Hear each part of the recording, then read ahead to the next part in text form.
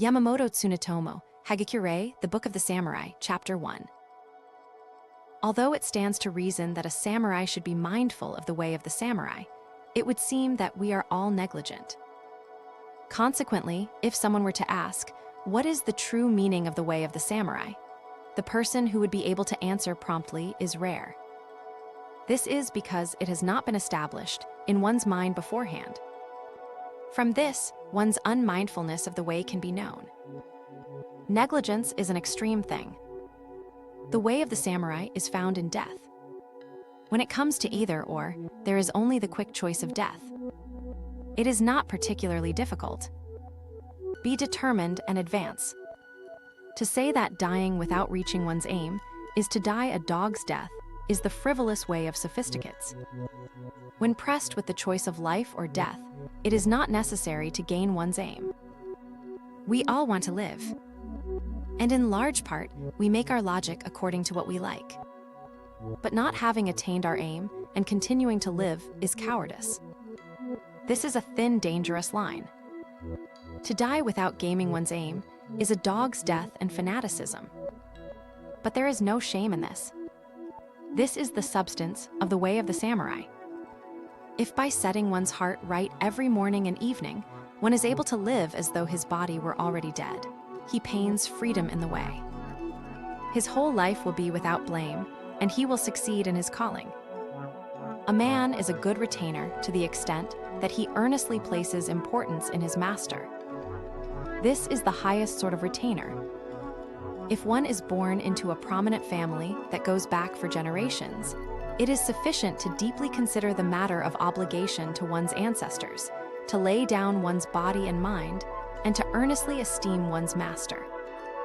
It is further good fortune if, more than this, one has wisdom and talent and can use them appropriately. But even a person who is good for nothing and exceedingly clumsy will be a reliable retainer if only he has the determination to think earnestly of his master. Having only wisdom and talent is the lowest tier of usefulness. According to their nature, there are both people who have quick intelligence and those who must withdraw and take time to think things over. Looking into this thoroughly, if one thinks selflessly and adheres to the 4 vows of the Nabeshima samurai, surprising wisdom will occur regardless of the high or low points of one's nature. People think that they can clear up profound matters if they consider them deeply, but they exercise perverse thoughts and come to no good because they do their reflecting with only self-interest at the center. It is difficult for a fool's habits to change to selflessness. In confronting a matter, however, if at first you leave it alone, fix the 4 vows in your heart, exclude self, interest, and make an effort, you will not go far from your mark. Because we do most things relying only on our own sagacity, we become self-interested, turn our backs on reason, and things do not turn out well. As seen by other people, this is sordid, weak, narrow, and inefficient. When one is not capable of true intelligence, it is good to consult with someone of good sense. An advisor will fulfill the way when he makes a decision by selfless and frank intelligence, because he is not personally involved. This way of doing things will certainly be seen by others as being strongly rooted. It is, for example, like a large tree with many roots. One man's intelligence is like a tree that has been simply stuck in the ground. We'll learn about the sayings and deeds of the men of old in order to entrust ourselves to their wisdom and prevent selfishness. When we throw off our own bias, follow the sayings of the ancients, and confer with other people, matters should go well and without mishap. Lord Katsushige borrowed from the wisdom of Lord Naoshige. This is mentioned in the Ohanasha Kikigaki. We should be grateful for his concern. Moreover, there was a certain man who engaged a number of his younger brothers as retainers, and whenever he visited Edo or the Kamigata area, he would have them accompany him. As he consulted with them every day on both private and public matters, it is said that he was without mishap. Sagara Kuma was completely at one with his master and served him as though his own body were already dead. He was one man in 1,000. Once there was an important meeting at Master Sakyo's Mizugi villa. and it was commanded that Kyuma was to commit seppuku. At that time in Osaki, there was a tea house on the 3rd floor of the suburban residence of Master Takunut. Kyuma rented this, and gathering together all the good for-nothings in Saga, he put on a puppet show, operating one of the puppets himself, carousing and drinking all day and night. Thus, overlooking Master Sakyo's villa, he carried on and caused a great disturbance. In instigating this disaster, he gallantly thought only of his master and was resolved to committing suicide. Being a retainer is nothing other than a supporter of one's lord, entrusting matters of good and evil to him and renouncing self-interest. If there are but 2 or 3 men of this type, the fief will be secure. If one looks at the world when affairs are going smoothly, there are many who go about putting in their appearance, being useful by their wisdom, discrimination, and artfulness. However, if the lord should retire or go into seclusion, there are many who will quickly turn their backs on him and ingratiate themselves to the man of the day. Such a thing is unpleasant even to think about. Men of high position, low position, deep wisdom, and artfulness all feel that they are the ones who are working righteously. But when it comes to the point of throwing away one's life for his lord, all get weak in the knees. This is rather disgraceful. The fact that a useless person often becomes a matchless warrior at such times is because he has already given up his life and has become one with his lord. At the time of Mitsushige's death, there was an example of this. His one resolved attendant was I alone. The others followed in my wake. Always the pretentious, self-asserting notables turn their backs on the man just as his eyes are closing in death. Loyalty is said to be important in the pledge between lord and retainer. Though it may seem unobtainable, it is right before your eyes. If you once set yourself to it, you will become a superb retainer at that very moment.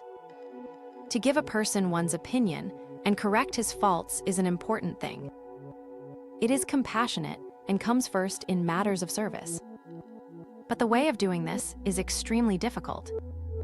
To discover the good and bad points of a person is an easy thing, and to give an opinion concerning them is easy, too. For the most part, people think that they are being kind by saying the things that others find distasteful or difficult to say. But if it is not received well, they think that there is nothing more to be done. This is completely worthless. It is the same as brining shame to a person by slandering him. It is nothing more than getting it off one's chest. To give a person an opinion, one must first judge well whether that person is of the disposition to receive it or not. One must become close with him and make sure that he continually trusts one's word. Approaching subjects that are dear to him, seek the best way to speak and to be well understood. Judge the occasion and determine whether it is better by letter or at the time of leave-taking. Praise his good points and use every device to encourage him, perhaps by talking about one's own faults without touching on his, but so that they will occur to him. Have him receive this in the way that a man would drink water when his throat is dry, and it will be an opinion that will correct faults. This is extremely difficult. If a person's fault is a habit of some years prior, by and large, it won't be remedied. I have had this experience myself. To be intimate with all one's comrades, correcting each other's faults, and being of one mind to be of use to the master is the great compassion of a retainer. By bringing shame to a person, how could one expect to make him a better man? It is bad taste to yawn in front of people. When one unexpectedly has to yawn, if he rubs his forehead in an upward direction, the sensation will stop. If that does not work, he can lick his lips while keeping his mouth closed, or simply hide it with his hand or his sleeve in such a way that no one will know what he is doing. It is the same with sneezing. One will appear foolish. There are other things besides these about which a person should use care and training. When a certain person was saying that present matters of economy should be detailed, someone replied that this is not good at all. It is a fact that ash will not live where the water is too clear. But if there is duckweed or something, the fish will hide under its shadow and thrive. Thus, the lower classes will live in tranquility if certain matters are a bit overlooked or left unheard. This fact should be understood with regard to people's conduct. Once when Lord Mitsushige was a little boy and was supposed to recite from a copybook for the priest Kyan, he called the other children and acolytes and said, "Please come here and listen." It's difficult to read if there are hardly any people listening. The priest was impressed and said to the acolytes, "That's the spirit in which to do everything. Every morning, one should first do reverence to his master and parents, and then to his patron deities and guardian Buddhas. If he will only make his master first in importance, his parents will rejoice, and the gods and Buddhas will give their assent. For a warrior, there is nothing other than thinking of his master. If one creates this resolution within himself, he will always be mindful of the master's person and will not depart from him even for a moment. Moreover, a woman should consider her husband first, just as he considers his master first. According to a certain person, a number of years ago Matsuguma Kaihun told this story. In the practice of medicine, there is a differentiation of treatment according to the yin and yang of men and women. There is also a difference in pulse. In the last 50 years, however, men's pulse has become the same as women's. Noticing this, in the treatment of eye disease, I applied women's treatment to men and found it suitable. When I observed the application of men's treatment to men, there was no result. Thus, I knew that men's spirit had weakened and that they had become the same as women, and the end of the world had come. Since I witnessed this with certainty, I kept it a secret. When looking at the men of today with this in mind, those who could be thought to have a woman's pulse are many indeed, and those who seem like real men few. Because of this, if one were to make a little effort, he would be able to take the upper hand quite easily. That there are few men who are able to cut well in beheadings is further proof that men's courage has waned. And when Ani Kamastaspikov Kaishaku, it has become an age of men who are prudent and clever at making excuses. 40 or 50 years ago, when such things as matanuki were considered manly, a man wouldn't show an unscarred thigh to his fellows, so he would pierce it himself. All of man's work is a bloody business. That fact today is considered foolish. Affairs are finished cleverly with words alone, and jobs that require effort are avoided. I would like young men to have some understanding of this. The priest Tannen used to say, "People come to no understanding because priests teach only the doctrine of no mind." What is called no mind is a mind that is pure and lacks complication. This is interesting. Lord Nori said, "In the midst of a single breath, where perversity cannot be held is the way. If so, then the way is one." But there is no one who can understand this clarity at first. Purity is something that cannot be attained except by piling effort upon effort. There is nothing that we should be quite so grateful for as the last line of the poem that goes, "When your own heart asks." It can probably be thought of in the same way as the Nembutsu, and previously it was on the lips of many people. Recently, people who are called clever adorn themselves with superficial wisdom and only deceive others. For this reason, they are inferior to dull, wilted folk. A dull, wilted person is direct. If one looks deeply into his heart with the above phrase, there will be no hidden places. It is a good examiner. One should be of the mind that, meeting this examiner, he will not be embarrassed. The word gen means illusion or apparition. In India, a man who uses conjury is called a genjitsushi, a master of illusion technique. Everything in this world is but a marionette show. Thus, we use the word gen. To hate injustice and stand on righteousness is a difficult thing. Furthermore, to think that being righteous is the best one can do, and to do one's utmost to be righteous will, on the contrary, bring many mistakes. The way is in a higher place than righteousness. This is very difficult to discover, but it is the highest wisdom. When seen from this standpoint, things like righteousness are rather shallow. If one does not understand this on his own, it cannot be known. There is a method of getting to this way, however, even if one cannot discover it by himself. This is found in consultation with others. Even a person who has not attained this way sees others front the side. It is like the saying from the game of Go, "He who sees from the side has 8 eyes." The saying, "Thought by thought we see our own mistakes," also means that the highest way is in discussion with others. Listening to the old stories and reading books are for the purpose of sloughing off one's own discrimination and attaching oneself to that of the ancients. A certain swordsman in his declining years said the following: "In one's life, there are levels in the pursuit of study. In the lowest level, a person studies but nothing comes of it, and he feels that both he and others are unskillful. At this point, he is worthless. In the middle level, he is still useless, but is aware of his own insufficiencies and can also see the insufficiencies of others. In a higher level, he has pride concerning his own ability, rejoices in praise from others, and laments the lack of ability in his fellows. This man has worth. In the highest level, a man has the look of knowing nothing.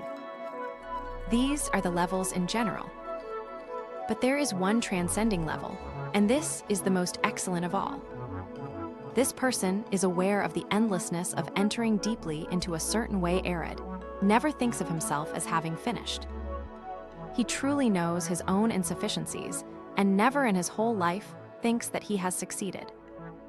He has no thoughts of pride, but with self-abasement knows the way to the end. It is said that Master Yagyu once remarked, "I do not know the way to defeat others, but the way to defeat myself." Throughout your life, advance daily, becoming more skillful than yesterday, more skillful than today. This is never ending. Among the maxims on Lord Naoshige's wall there was this one: "Matters of great concern should be treated lightly." Master LTT commented, "Matters of small concern should be treated seriously. Among one's affairs, there should not be more than 2 or 3 matters of what one could call great concern. If these are deliberated upon during ordinary times, they can be understood. Thinking about things previously, and then handling them lightly when the time comes, is what this is all about. To face an event anew, solve it lightly is difficult if you are not resolved beforehand, and there will always be uncertainty in hitting your mark. However, if the foundation is laid previously, you can think of the saying, 'Matters of great concern should be treated lightly,' as your own basis for action." A certain person spent several years of service in Osaka and then returned home. When he made his appearance at the local bureau, everyone was put out and he was made a laughingstock because he spoke in the Kamigata dialect. Seen in this light, when one spends a long time in Edo or the Kamigata area, he had better use his native dialect even more than usual. When in a more sophisticated area, it is natural that one's disposition be affected by different styles. But it is vulgar and foolish to look down upon the ways of one's own district as being boorish, or to be even a bit open to the persuasion of the other place's ways, and to think about giving up one's own. That one's own district is unsophisticated and unpolished is a great treasure. Imitating another style is simply a sham. A certain man said to the priest Shangaku, "The Lotus Sutra sect's character is not good because it's so fearsome." Shangaku replied, "It is by reason of its fearsome character that it is the Lotus Sutra sect. If its character were not so, it would be a different sect altogether. This is reasonable."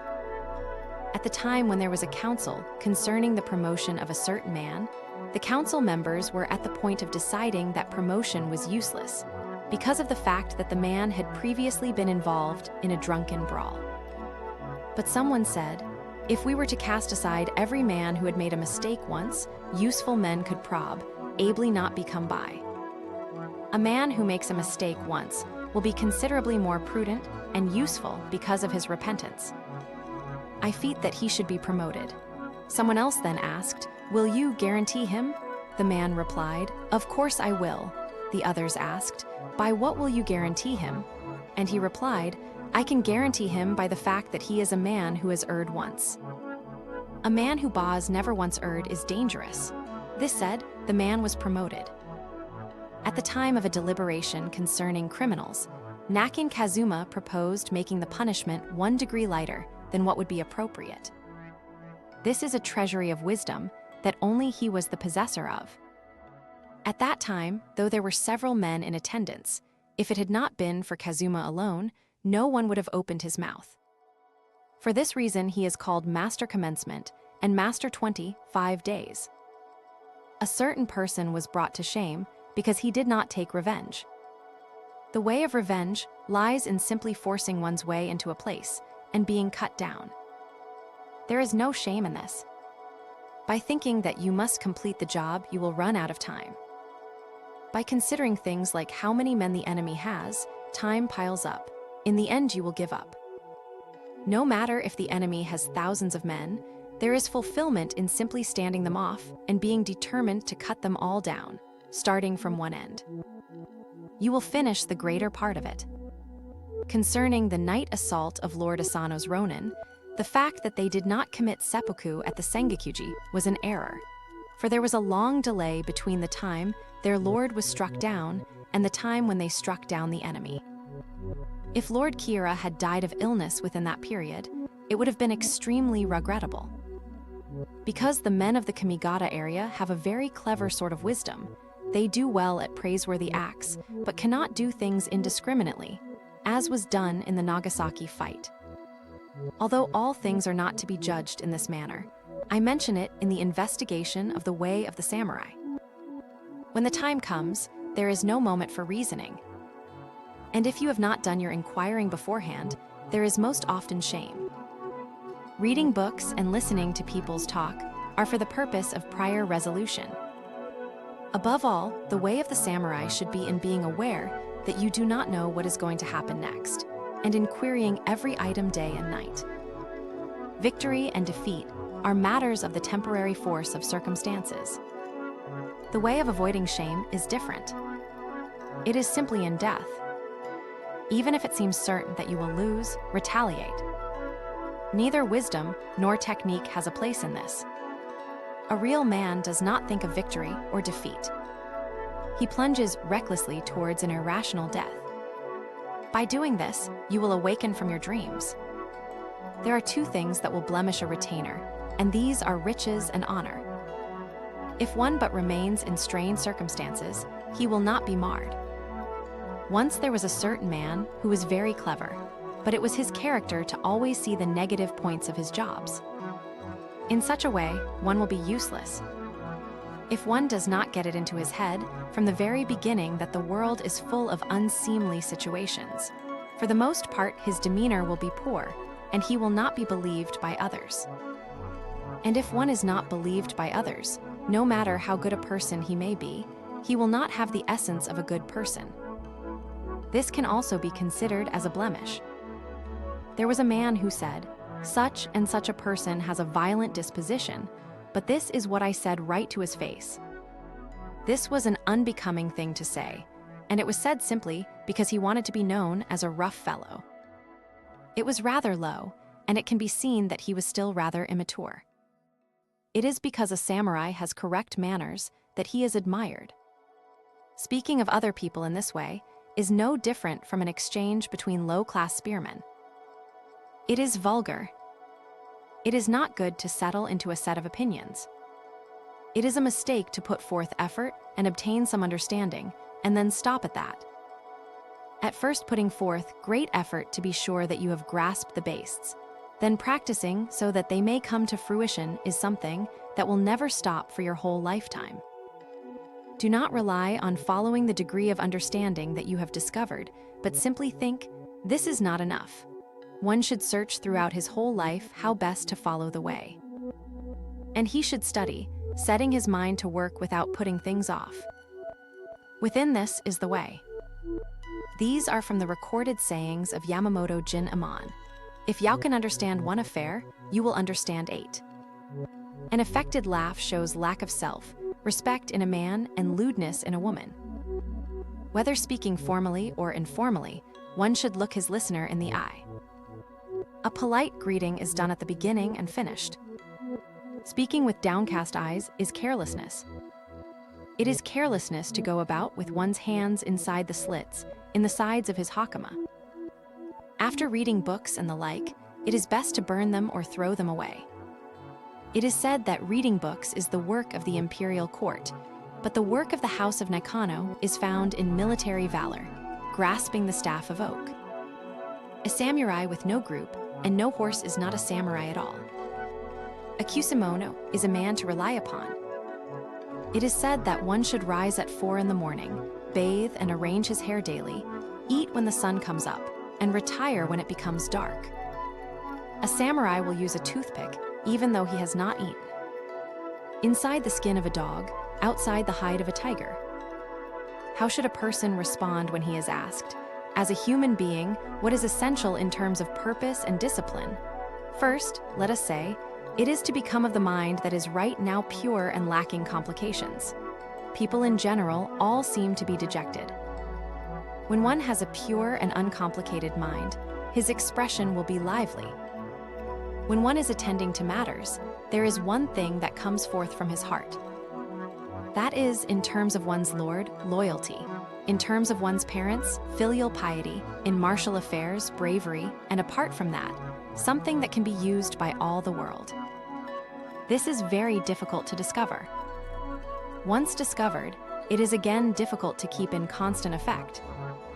There is nothing outside the thought of the immediate moment. Every morning, the samurai of 50 or 60 years ago would bathe, shave their foreheads, put lotion in their hair, cut their F in journals and toenails, rubbing them with pumice and then with wood sorrel, and without fail pay attention to their personal appearance. It goes without saying that their armor in general was kept free from rust, that it was dusted, shined, and arranged. Although it seems that taking special care of one's appearance is similar to showiness, it is nothing akin to elegance. Even if you are aware that you may be struck down today and are firmly resolved to an inevitable death, if you are slain with an unseemly appearance, you will show your lack of previous resolve, will be despised by your enemy, and will appear unclean. For this reason, it is said that both old and young should take care of their appearance. Although you say that this is troublesome and time-consuming, a samurai's work is in such things. It is neither busy, work nor time-consuming. In constantly hardening one's resolution to die in battle, deliberately becoming as one already dead, and working at one's job and dealing with military affairs, there should be no shame. But when the time comes, a person will be shamed if he is not conscious of these things even in his dreams, and rather passes his days in self-interest and self-indulgence. And if he thinks that this is not shameful, and feels that nothing else matters as long as he is comfortable, then his dissipate and discourteous actions will be repeatedly regrettable. The person without previous resolution to inevitable death makes certain that his death will be in bad form. But if one is resolved to death beforehand, in what way can he be despicable? One should be especially diligent in this concern. Furthermore, during the last 30 years, customs have changed.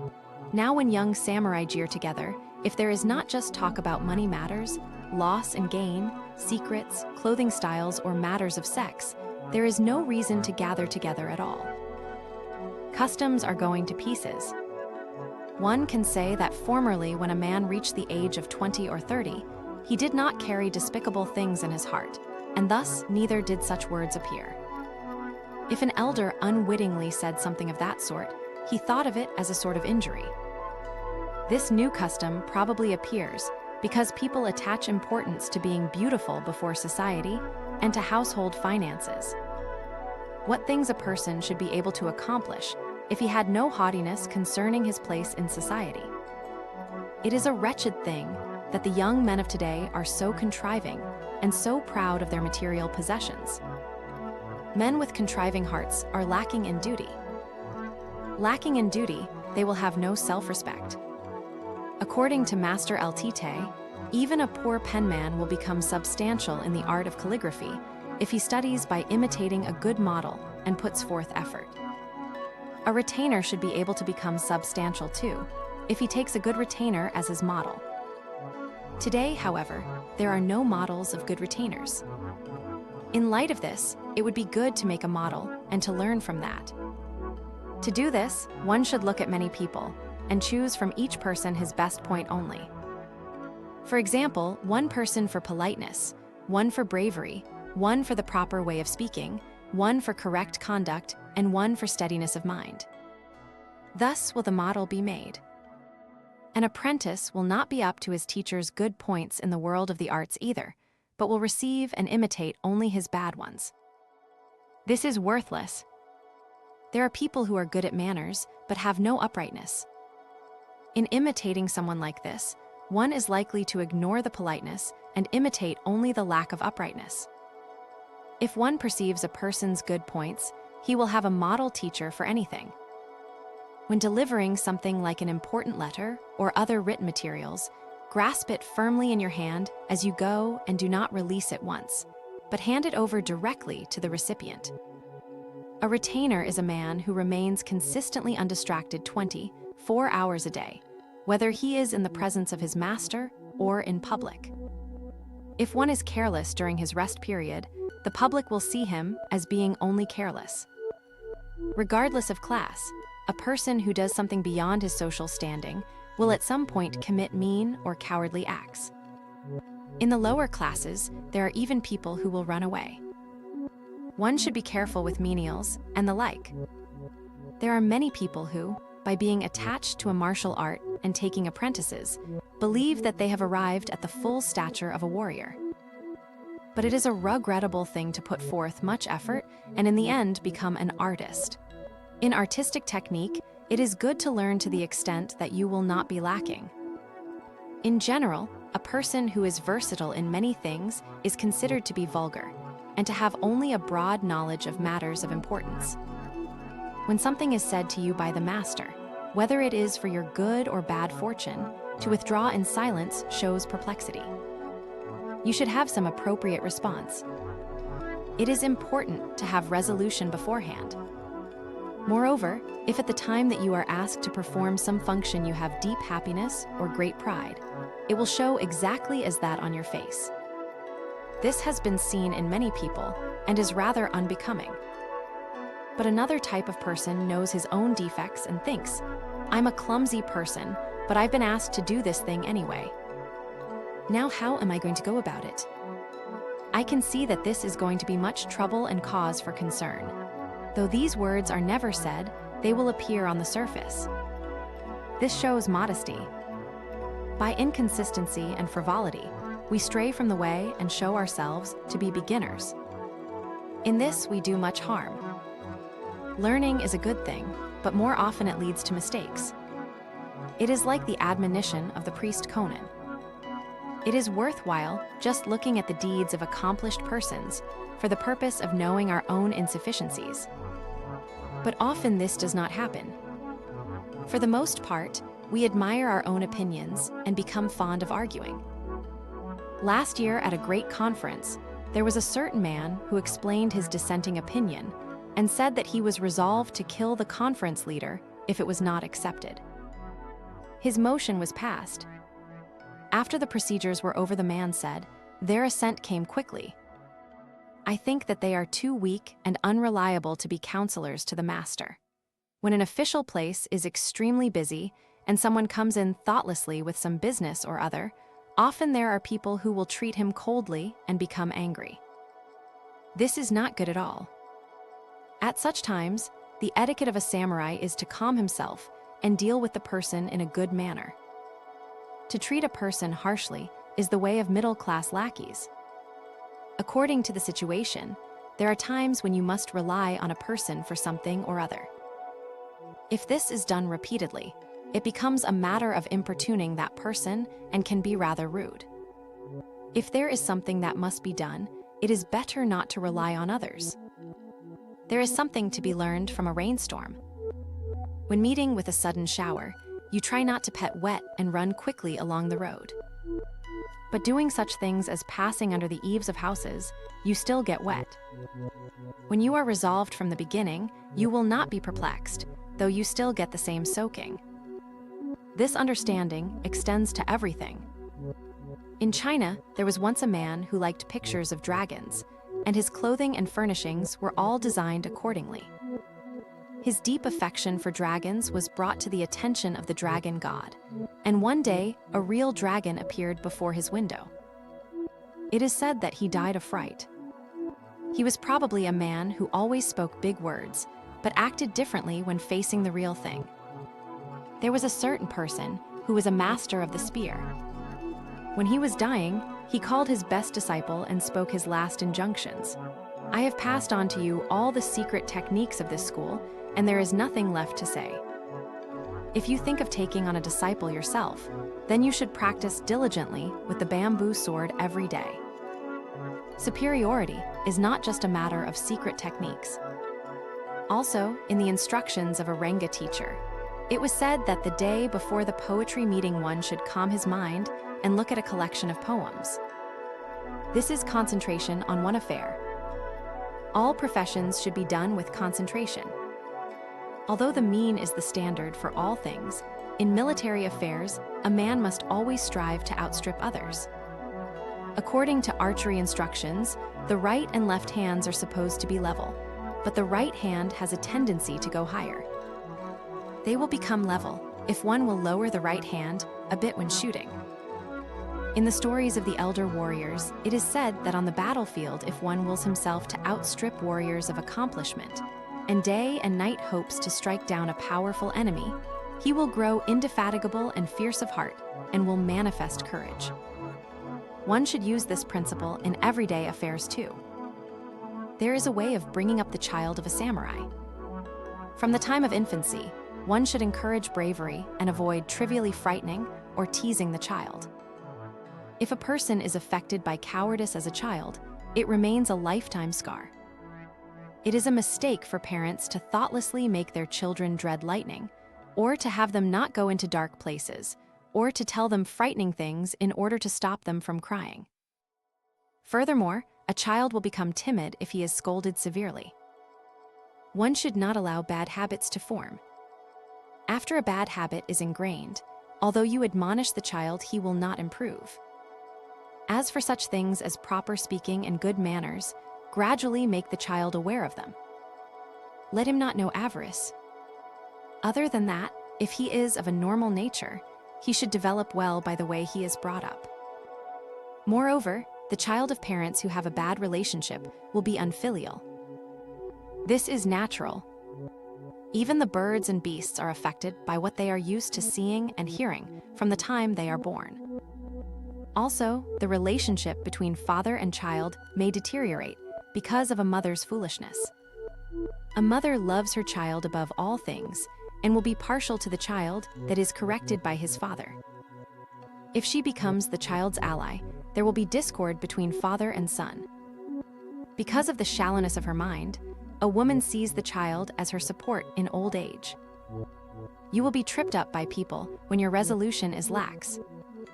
Moreover, if at a meeting you are distracted while another person is speaking, by your carelessness you may think that he is of your opinion and you will follow along saying, of course, even though he is saying something that is contrary to your own feelings, and others will think that you are in agreement with him. Because of this, you should never be distracted even for an instant when meeting with others.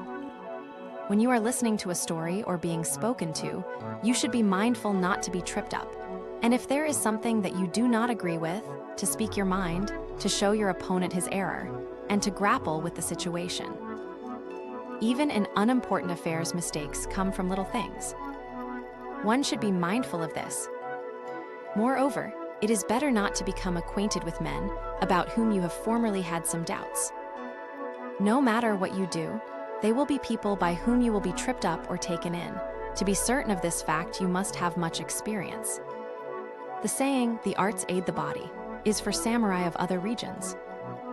For samurai of the Nabeshima clan, the arts bring ruin to the body. In all cases, the person who practices an art is an artist, not a samurai, and one should have the intention of being called a samurai.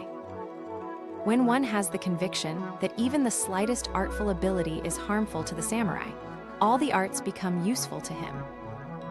One should understand this sort of thing. Ordinarily, looking into the mirror and grooming oneself is sufficient for the upkeep of one's personal appearance. This is very important. Most people's personal appearance is poor because they do not look into the mirror well enough. Training to speak properly can be done by correcting one's speech when at home. Practice in letter writing goes to the extent of taking care in even one-line letters.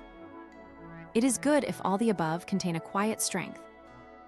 Moreover, according to what the priest Ryazan heard when he was in the Kamgala area, when one is writing a letter, he should think that the recipient will make it into a hanging scroll.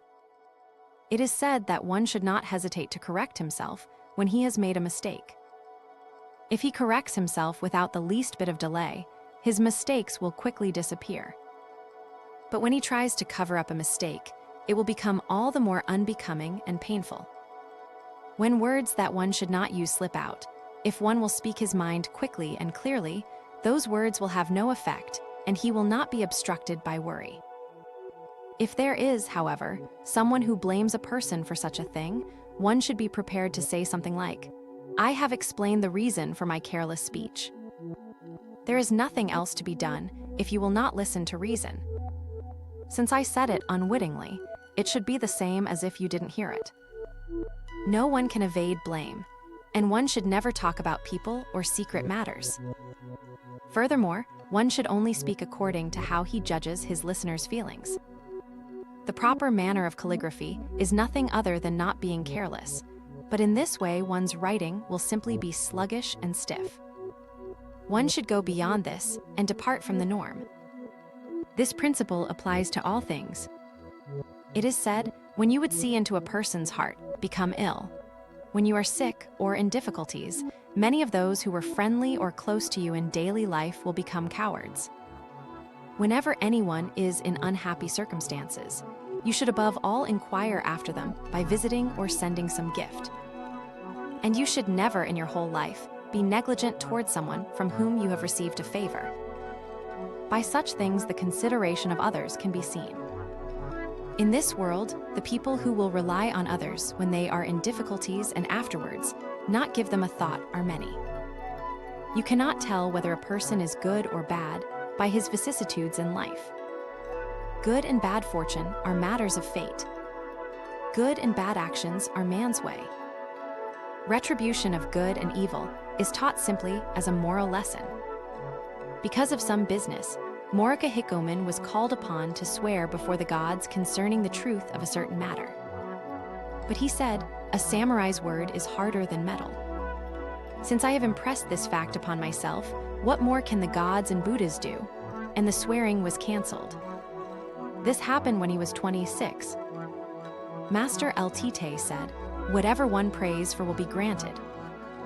Long ago, there were no matsutake mushrooms in our province. Some men who saw them in the Kamigata area prayed that they might grow here, and nowadays they are growing all over Kitagama. In the future, I would like to have Japanese cypress grow in our province. As this is something that everyone desires, I predict it for the future. This being so, everyone should pray for it. When something out of the ordinary happens, it is ridiculous to say that it is a mystery or a portent of something to come. Eclipses of the sun and moon, comets, clouds that flutter like flags, snow in the 5th month, lightning in the 12th month, and so on, are all things that occur every 50 or 100 years. They occur according to the evolution of yin and yang. The fact that the sun rises in the east and sets in the west would be a mystery, too, if it were not an everyday occurrence. It is not dissimilar. Furthermore, the fact that something bad always happens in the world when strange phenomena occur is due to people seeing something like fluttering clouds and thinking that something is going to happen. The mystery is created in their minds, and by waiting for the disaster, it is from their very minds that it occurs. The occurrence of mysteries is always by word of mouth. Calculating people are contemptible. The reason for this is that calculation deals with loss and pain, and the loss and gain mind never stops. Death is considered loss and life is considered gain. Thus, death is something that such a person does not care for, and he is contemptible. Furthermore, scholars and their like are men who, with wit and speech, hide their own true cowardice and greed. People often misjudge this. Lord Naoshige said, "The way of the samurai is in desperateness. 10 men or more cannot kill such a man.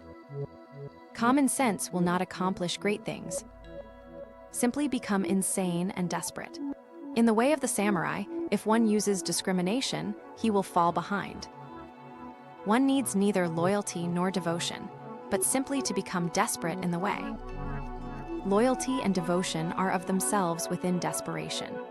The saying of Shida Kichinasuk, "When there is a choice of either living or dying, as long as there remains nothing behind to blemish one's reputation, it is better to live," is a paradox.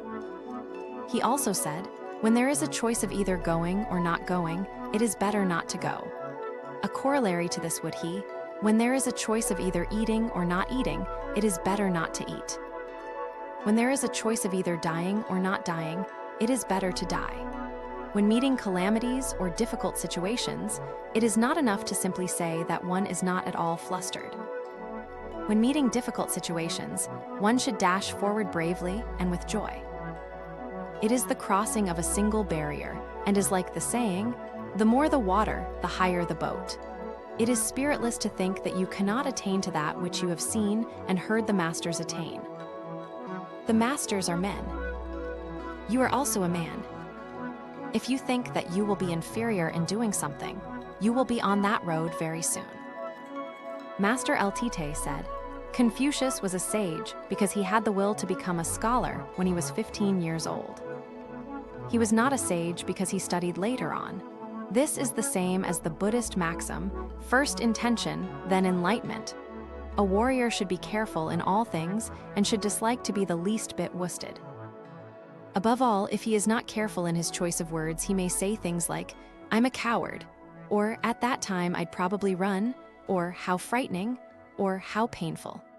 These are words that should not be said even in jest, on a whim, or when talking in one's sleep. If a person with understanding hears such things, he will see to the bottom of the speaker's heart. This is something that should be carefully thought about beforehand. When one's own attitude on courage is fixed in his heart, and when his resolution is devoid of doubt, then when the time comes, he will of necessity be able to choose the right move. This will be manifested by one's conduct and speech according to the occasion. One's word is especially important. It is not for exposing the depths of one's heart. This is something that people will know by one's everyday affairs. After I took up the attitude of a retainer, I never sat sloppily whether at home or in some other place. Neither did I speak, but if there was something that could not be done properly without words, I made an effort to settle things by putting 10 words into one. Yamazaki Kurando was like this. It is said that even after one's head has been cut off, he can still perform some function. This fact can be known from the examples of Nida Yashisada and Ono Doken. How shall one man be inferior to another? Matani Jokyu said, "Even if a man be sick to death, he can bear up for 2 or 3 days. In the words of the ancients, one should make his decisions within the space of 7 breaths. Lord Takanabu said, "If discrimination is long, it will spoil." Lord Naoshige said, "When matters are done leisurely, 7 out of 10 will turn out badly." A warrior is a person who does things quickly. When your mind is going hither and thither, discrimination will never be brought to a conclusion. With an intense, fresh, and undelaying spirit, one will make his judgments within the space of 7 breaths. It is a matter of being determined and having the spirit to break right through to the other side. In admonishing the master, if one is not of the proper rank to do so, it shows great loyalty to have someone who is of that rank speak and have the master correct his mistakes. To be on a footing, to do this one must be on cordial terms with everyone. If one does this for his own sake, it is simply flattery. One does this, rather, in his concern to support the clan on his own. If one will do it, it can be done. Bad relations between retired and present rulers, father and son, and elder and younger brothers develop from selfish motives. The proof of this is that there are no such bad relations between master and retainer. It is unthinkable to be disturbed at something like being ordered to become a ronin. People at the time of Lord Katsushige used to say, if one has not been a ronin at least 7 times, he will not be a true retainer. 7 times down, 8 times up. Men like Narutomi Hyogo have been ronin 7 times. One should understand that it is something like being a self-writing doll. The master is also apt to give such orders as a test. Illnesses and the like become serious because of one's feelings.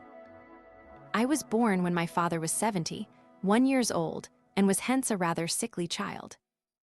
But because I have had the great desire to be of use even in old age, when the chance came I improved my health and haven't been sick since. And I have abstained from sex and have consistently taken moxicottery. There are things that I feel have definitely had effect. There is a saying that even though one burns up a mamushi 7 times, it will return each time to its original form. This is my great hope. I have always been obsessed with one idea, to be able to realize my heart's desire, which is that, though I am born 7 times, each time I will be reborn as a retainer of my clan. Yamamoto Tsunetomo once said that it is best for a samurai to have good retainers. Military affairs are not matters for one person alone, regardless of how useful he tries to be. Money is something that one can borrow from people, but a good man cannot suddenly become by. One should sustain a man kindly and well from the first. And in having retainers, it will not do to nourish oneself alone. If you divide what you have and feed your lower ranks, you will be able to hold good men. A person with a bit of wisdom is one who will criticize the times. This is the basis of disaster. A person who is discreet in speaking will be useful during the good times and will avoid punishment during the bad. Being superior to others is nothing other than having people talk about your affairs and listening to their opinions. The general run of people settle for their own opinions and thus never excel. Having a discussion with a person is one step in excelling him. A certain person discussed with me the written materials at the clan office. He is better than someone like me in writing and researching. In seeking correction from others, you excel them. It is bad when one thing becomes 2. One should not look for anything else in the way of the samurai. It is the same for anything that is called a way. Therefore, it is inconsistent to hear something of the way of Confucius or the way of the Buddha, and say that this is the way of the samurai. If one understands things in this manner, he should be able to hear about all ways and be more and more in accord with his own. For a samurai, a simple word is important no matter where he may be. By just one single word, martial valor can be made apparent. In peaceful times, words show one's bravery. In troubled times, too, one knows that by a single word his strength or cowardice can be seen. This single word is the flower of one's heart. It is not something said simply with one's mouth. A warrior should not say something faint-hearted even casually. He should set his mind to this beforehand. Even in trifling matters, the depths of one's heart can be seen. No matter what it is, there is nothing that cannot be done. If one manifests the determination, he can move heaven and earth as he pleases. But because man is pluckless, he cannot set his mind to it. Moving heaven and earth without putting forth effort is simply a matter of concentration. A person who is said to be proficient at the arts is like a fool. Because of his foolishness in concerning himself with just one thing, he thinks of nothing else and thus becomes proficient.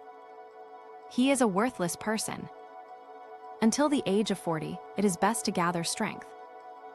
It is appropriate to have settled down by the age of 50. When discussing things with someone, it is best to speak appropriately about whatever the subject may be. No matter how good what you are saying might be, it will dampen the conversation if it is irrelevant. When someone is giving you his opinion, you should receive it with deep gratitude even though it is worthless. If you don't, he will not tell you the things that he has seen and heard about you again. It is best to both give and receive opinions in a friendly way. There is a saying that great genius matures late. If something is not brought to fruition over a period of 20 to 30 years, it will not be of great merit. When a retainer is of a mind to do his work hurriedly, he will intrude upon the work of others and will be said to be young but able. He will become enthusiastic and will be considered rather rude. He will put on the airs of someone who has done great works, will become a flatterer and insincere, and will be talked about behind his back. In the pursuit of one's development, if he does not make great effort and is not supported by others in his advancement in the world, he will be of no use. When one is involved in the affairs of a warrior, such as being a kaishaku or making an arrest within one's own clan or group, people will notice when the time comes if he has resolved beforehand that no one can take his place. One should always take the attitude of standing above others in martial valor, always feel that he is inferior to no one, and always cultivate his courage.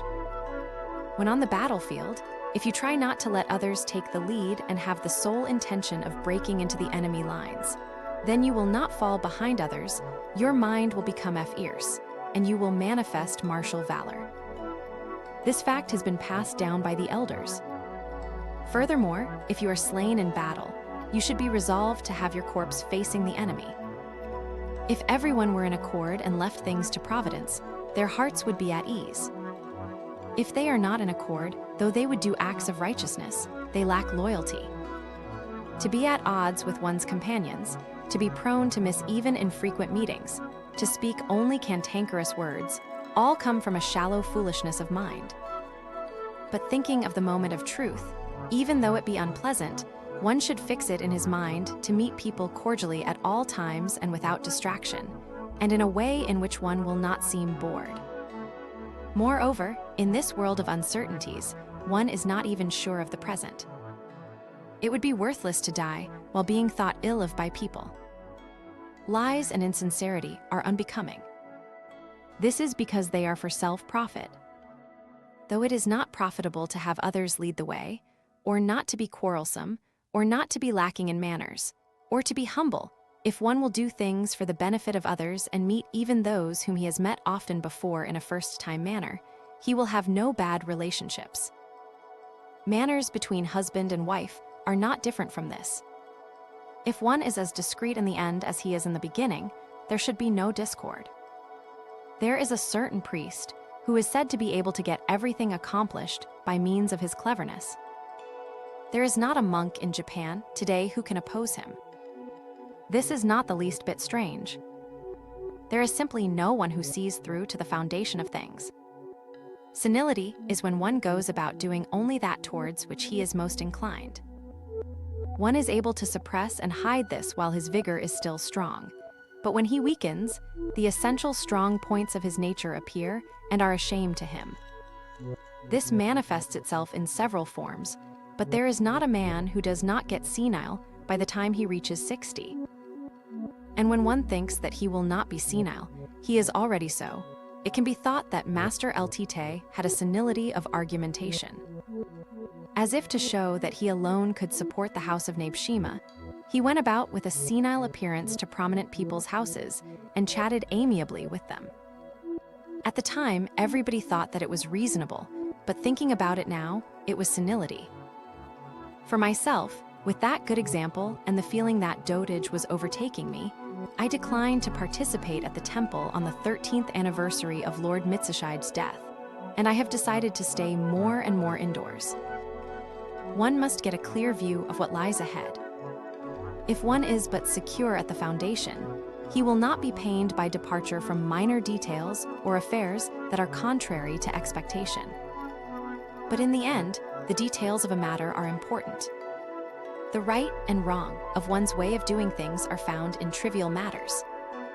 According to a story at the Ryudeji, there was a master of the Book of Changes in the Kamigata area who said that even if a man is a priest, it is useless to give him rank while he is under the age of 40. This is because he will make many mistakes. Confucius was not the only man to become unperplexed after reaching the age of 40. Upon reaching the age of 40, Both wise and foolish have gone through an appropriate amount of experience and will no longer be perplexed. Concerning martial valor, merit lies more in dying for one's master than in striking down the enemy. This can be understood from the devotion of Sate Suganabo. When I was young, I kept a diary of regret and tried to record my mistakes day by day, but there was never a day when I didn't have 20 or 30 entries. As there was no end to it, I gave up. Even today, when I think about the day's affairs after going to bed, there is never a day when I do not make some blunder in speaking or in some activity. Living without mistakes is truly impossible. But this is something that people who live by cleverness have no inclination to think about. When reading something aloud, it is best to read from the belly. Reading from one's mouth, one's voice will not endure. This is Nakano Shikabu's teaching. During happy times, pride and extravagance are dangerous. If one is not prudent in ordinary times, he will not be able to catch up. A person who advances during good times will falter during the bad. Master El Tite said, "In calligraphy it is progress when the paper, brush, and ink are in harmony. Yet they are so wont to be disjointed." The master took a book from its box. When he opened it, there was the smell of drying clove buds. What is called generosity is really compassion. In the Shine it is written, "Seen from the eye of compassion, there is no one to be disliked." One who has sinned is to be pitied all the more. There is no limit to the breadth and depth of one's heart. There is room enough for all. That we still worship the sages of the three ancient kingdoms is because their compassion reaches us yet today. Whatever you do should be done for the sake of your master and parents, the people in general, and for posterity. This is great compassion. The wisdom and courage that come from compassion are real wisdom and courage. When one punishes or strives with the heart of compassion, what he does will be limitless in strength and correctness. Doing something for one's own sake is shallow and mean and turns into evil. I understood the matters of wisdom and courage some time ago. I am just now beginning to understand the matter of compassion. Lord Ieyasu said, "The foundation for ruling the country in peace is compassion, for when one thinks of the people as being his children, the people will think of him as their parent." Moreover, can it be thought that the names group parent and group child, i.e., group leader and member, are so called because they are attached to each other by the harmonious hearts of a parent-child relationship? One can understand that Lord Naoshige's phrase, "A fault in dare will come to be punished by others," came from his compassion. His saying, "Principle is beyond reason," should also be considered compassion. He enthusiastically stated that we should taste the inexhaustible. The priest Tannen said, "A clever retainer will not advance." However, there are no cases of stupid people coming up in the world either. This was Nakano Shikabu's opinion. When one is young, he can often bring on shame for a lifetime by homosexual acts. To have no understanding of this is dangerous. As there is no one to inform young men of this matter, I can give its general outline. One should understand that a woman is faithful to only one husband. Our feelings go to one person for one lifetime. If this is not so, it is the same as sodomy or prostitution. This is shame for a warrior. Aihara Seikaku has written a famous line that goes, "An adolescent without an older lover is the same as a woman with no husband." But this sort of person is ridiculous. A young man should test an older man for at least 5 years, and if he is assured of that person's intentions, then he too should request the relationship. A fickle person will not enter deeply into a relationship and later will abandon his lover. If they can assist and devote their lives to each other, then their nature can be ascertained. But if one partner is crooked, the other should say that there are hindrances to the relationship and sever it with firmness. If the first should ask what those hindrances are, then one should respond that he will never in his life say. If he should continue to push the matter, one should get angry. If he continues to push even further, cut him down. Furthermore, the older man should ascertain the younger's real motives in the aforementioned way. If the younger man can devote himself and pet into the situation for 5 or 6 years, then it will not be unsuitable. Above all, one should not divide one's way into two. One should strive in the way of the samurai. Hoshino Ryotsu was the progenitor of homosexuality in our province, and although it can be said that his disciples were many, he instructed each one individually. Hideyoshi Saburaziman was a man who understood the foundation of homosexuality. Once, when accompanying his master to a do, Ryotsu asked Saburaziman, "What have you understood of homosexuality?" Saburaziman replied, "It is something both pleasant and unpleasant." Ryotsu was pleased and said, "You have taken great pains for some time to be able to say such a thing." Some years later, there was a person who asked Saburaziman the meaning of the above. He replied, "To lay down one's life for another is the basic principle of homosexuality. If it is not so, it becomes a matter of shame. However, then you have nothing left to lay down for your master. It is therefore understood to be something both pleasant and unpleasant." Master Ltite said, "If one were to say what it is to do good, in a single word it would be to endure suffering. Not enduring is bad without exception. Until one reaches the age of 40, it is better to put off wisdom and discrimination and excel in vitality. According to the person and the rank, though a person has passed the age of 40, if he has no vitality, he will pet no response from others." Recently, a certain person on his way to Edo sent home a detailed letter from the first Knights Inn. Though he was a person who neglected such things when he was busy, he excelled other people in being as attentive as this. In the judgment of the elders, a samurai's obstinacy should be excessive. A thing done with moderation may later be judged to be insufficient. I have heard that when one thinks he has gone too far, he will not have erred. This sort of rule should not be forgot. When one has made a decision to kill a person, even if it will be very difficult to succeed by advancing straight ahead, it will not do to think about going at it in a long, roundabout way. One's heart may slacken, he may miss his chance, and by and large there will be no success. The way of the samurai is one of immediacy, and it is best to dash in headlong. When a certain man was going to the sutra readings at the Jissen in Kawakami, one of his pages got drunk on the ferryboat and began to pester one of the sailors. When they landed on the other side, as the page had drawn his sword, the sailor took a pole and struck him on the head. At that time, the other sailors all ran up together carrying oars, and were at the point of striking the page down. However, as the master passed by with an air of not knowing what was happening, one of the other pages ran back and apologized to the sailors. Then, pacifying his comrade, he accompanied him home. That night, the page who had been drunk learned that his sword was being taken away from him. Now, first of all, it was an insufficiency on the master's part not to have reproved and pacified the drunken page while they were on the boat. Furthermore, even though his page had acted unreasonably, after he had been struck on the head, there was no reason for an apology. The master should have approached the sailor and the drunken page in an apologetic manner and cut them both down. Certainly, he was a spiritless master. The resolution of the men of former times was deep. Those between the ages of 13 and 60 went to the front lines. For this reason, men of advanced years hid their age.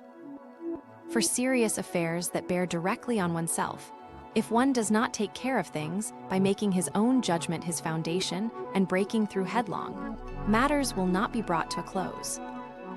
In conferring with people about matters of importance, there may be many cases when your affair is thought lightly of, or when people will not speak of the real circumstances. At such times, one must use his own judgment. At any rate, it is sufficient to become a fanatic and choose to throw away one's life. At such a time, if one thinks about doing things well, confusion will soon arise and he will blunder. In many cases, one's downfall may be brought about by an ally who is trying to do something for one's benefit, or one may be killed by his friend's kindness. It is the same as when one requests permission to become a monk. Lord Naoshige said, "An ancestor's good or evil can be determined by the conduct of his descendants. A descendant should act in a way that will manifest the good in his ancestor and not the bad. This is filial piety. It is a wretched thing that one's family lineage be thrown into confusion with an adoption based on money alone. Such a thing is immoral from the beginning, but it is extreme wickedness to be thus immoral with the excuse that without doing so one will be unable to afford even today's rice. When Nakano Shojin committed seppuku, the members of his group gathered at Oki Hayabu's place and said various bad things about him. Hayabu said, "One does not speak bad things about a person after his death. And especially since a person who has received some censure is to be pitied, it is the obligation of a samurai to speak something good of him, no matter how little." There is no doubt that in 20 years, Shojin will have the reputation of a faithful retainer. These were truly the words of a seasoned man. To place one's armor out splendidly is a fine discipline, but it is sufficient if it is simply all accounted for. Fukabori Inasuke's armor is a good example. Men of high rank and with many retainers will also need such things as money to set aside for campaign use. It is said that Akabe Kanai made bags equaling the number of men in his group, affixed a name to each, and put in the appropriate amount of money for a campaign. This sort of discipline is profound. As for men of low rank, if they cannot make the proper preparation at the time, they should rely on assistance from their group leader. To this extent, it is necessary for the group leader to be on intimate terms with his men beforehand. As for men who are under the master's direction, and especially for those who are with him directly, it is better to be without preparation money. At the time of the summer maneuvers at Osaka, a certain person brought along 12 monmi of refined silver and went off with Master Takuzasho. This, of course, would have been fine if he had simply ridden off early. I think that it is better to dispense with such care. In carefully scrutinizing the affairs of the past, we find that there are many different opinions about them, and that there are some things that are quite unclear. It is better to regard such things as unknowable. Lord Seinori once said, "As for the things that we don't understand, there are ways of understanding them." Furthermore, there are some things we understand just naturally, and again, some that we can't understand no matter how hard we try. This is interesting. This is very profound. It is natural that one cannot understand deep and hidden things. Those things that are easily understood are rather shallow.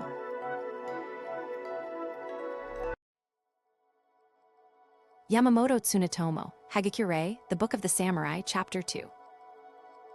It is said that much sake, self, pride, and luxury are to be avoided by a samurai. There is no cause for anxiety when you are unhappy, but when you become a little elated, these three things become dangerous. Look at the human condition. It is unseemly for a person to become prideful and extravagant when things are going well.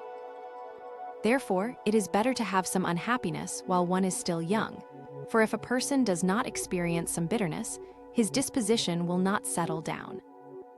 A person who becomes fatigued when unhappy is useless. Meeting with people should be a matter of quickly grasping their temperament and reacting appropriately to this person and that. Especially with an extremely argumentative person. After yielding considerably, one should argue him down with superior logic, but without sounding harsh, and in a fashion that will allow no resentment to be left afterwards. This is a function of both the heart and words. This was an opinion given by a priest concerning personal encounters. Dreams are truthful manifestations. When I occasionally have dreams of dying in battle or committing seppuku, if I brace myself with courage, my frame of mind within the dream gradually changes. This concerns the dream I had on the night of the 25th day of the 5th month. If one were to say in a word what the condition of being a samurai is, its basis lies first in seriously devoting one's body and soul to his master. And if one is asked what to do beyond this, it would be to fit oneself inwardly with intelligence, humanity, and courage. The combining of these three virtues may seem unobtainable to the ordinary person, but it is easy. Intelligence is nothing more than discussing things with others. Limitless wisdom comes from this. Humanity is something done for the sake of others, simply comparing oneself with them and putting them in the fore. Courage is gritting one's teeth.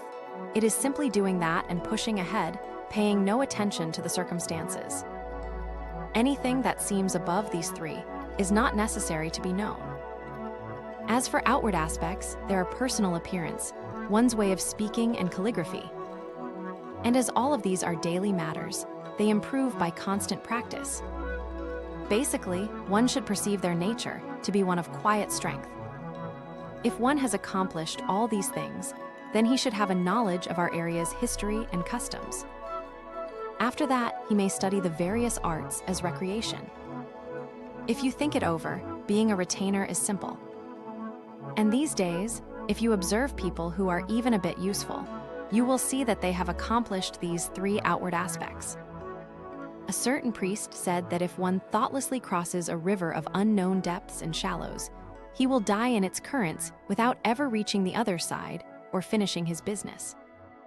This is the same as when one is indiscriminately eager in being a retainer without understanding the customs of the times or the likes and dislikes of the master, and, as a result, is of no use and brings ruin upon himself. To try to enter the good graces of the master is unbecoming. One should consider first stepping back and getting some understanding of the depths and shallows, and then work without doing anything the master dislikes. If you attach a number of bags of cloves to your body, you will not be affected by inclemency or colds. Some years ago, Nakano Kazuma returned to this province as a messenger by horse in the dead of winter, and though he was an old man, he was not the least bit in pain. It is said that that was because of his having used cloves. Furthermore, drinking a decoction of the feces from a dappled horse is the way to stop bleeding from an injury received by falling off a horse. A faultless person is one who withdraws from affairs. This must be done with strength. There is surely nothing other than the single purpose of the present moment. A man's whole life is a succession of moment after moment. If one fully understands the present moment, there will be nothing else to do and nothing else to pursue. Live being true to the single purpose of the moment. Everyone lets the present moment slip by, then looks for it as though he thought it were somewhere else. No one seems to have noticed this fact. But grasping this firmly, one must pile experience upon experience. And once one has come to this understanding, he will be a different person from that point on, though he may not always bear it in mind. When one understands this settling into single-mindedness well, his affairs will thin out.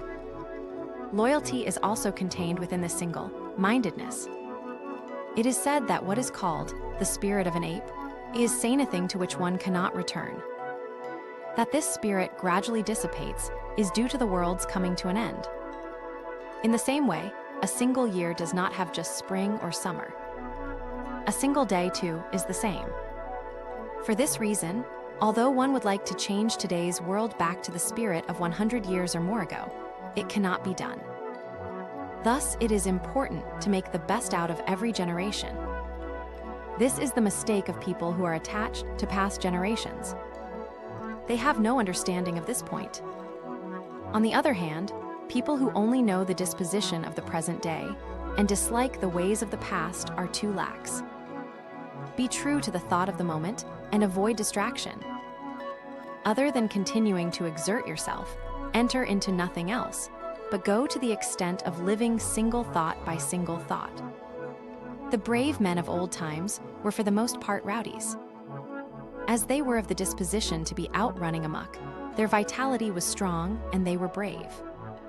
When I had doubts about this and asked, Tsunetomo said, "It is understandable that, since their vitality was strong, they were generally rough and went about running amok. These days rowdiness is non-existent because man's vitality has weakened. Vitality has fallen behind, but man's character has improved.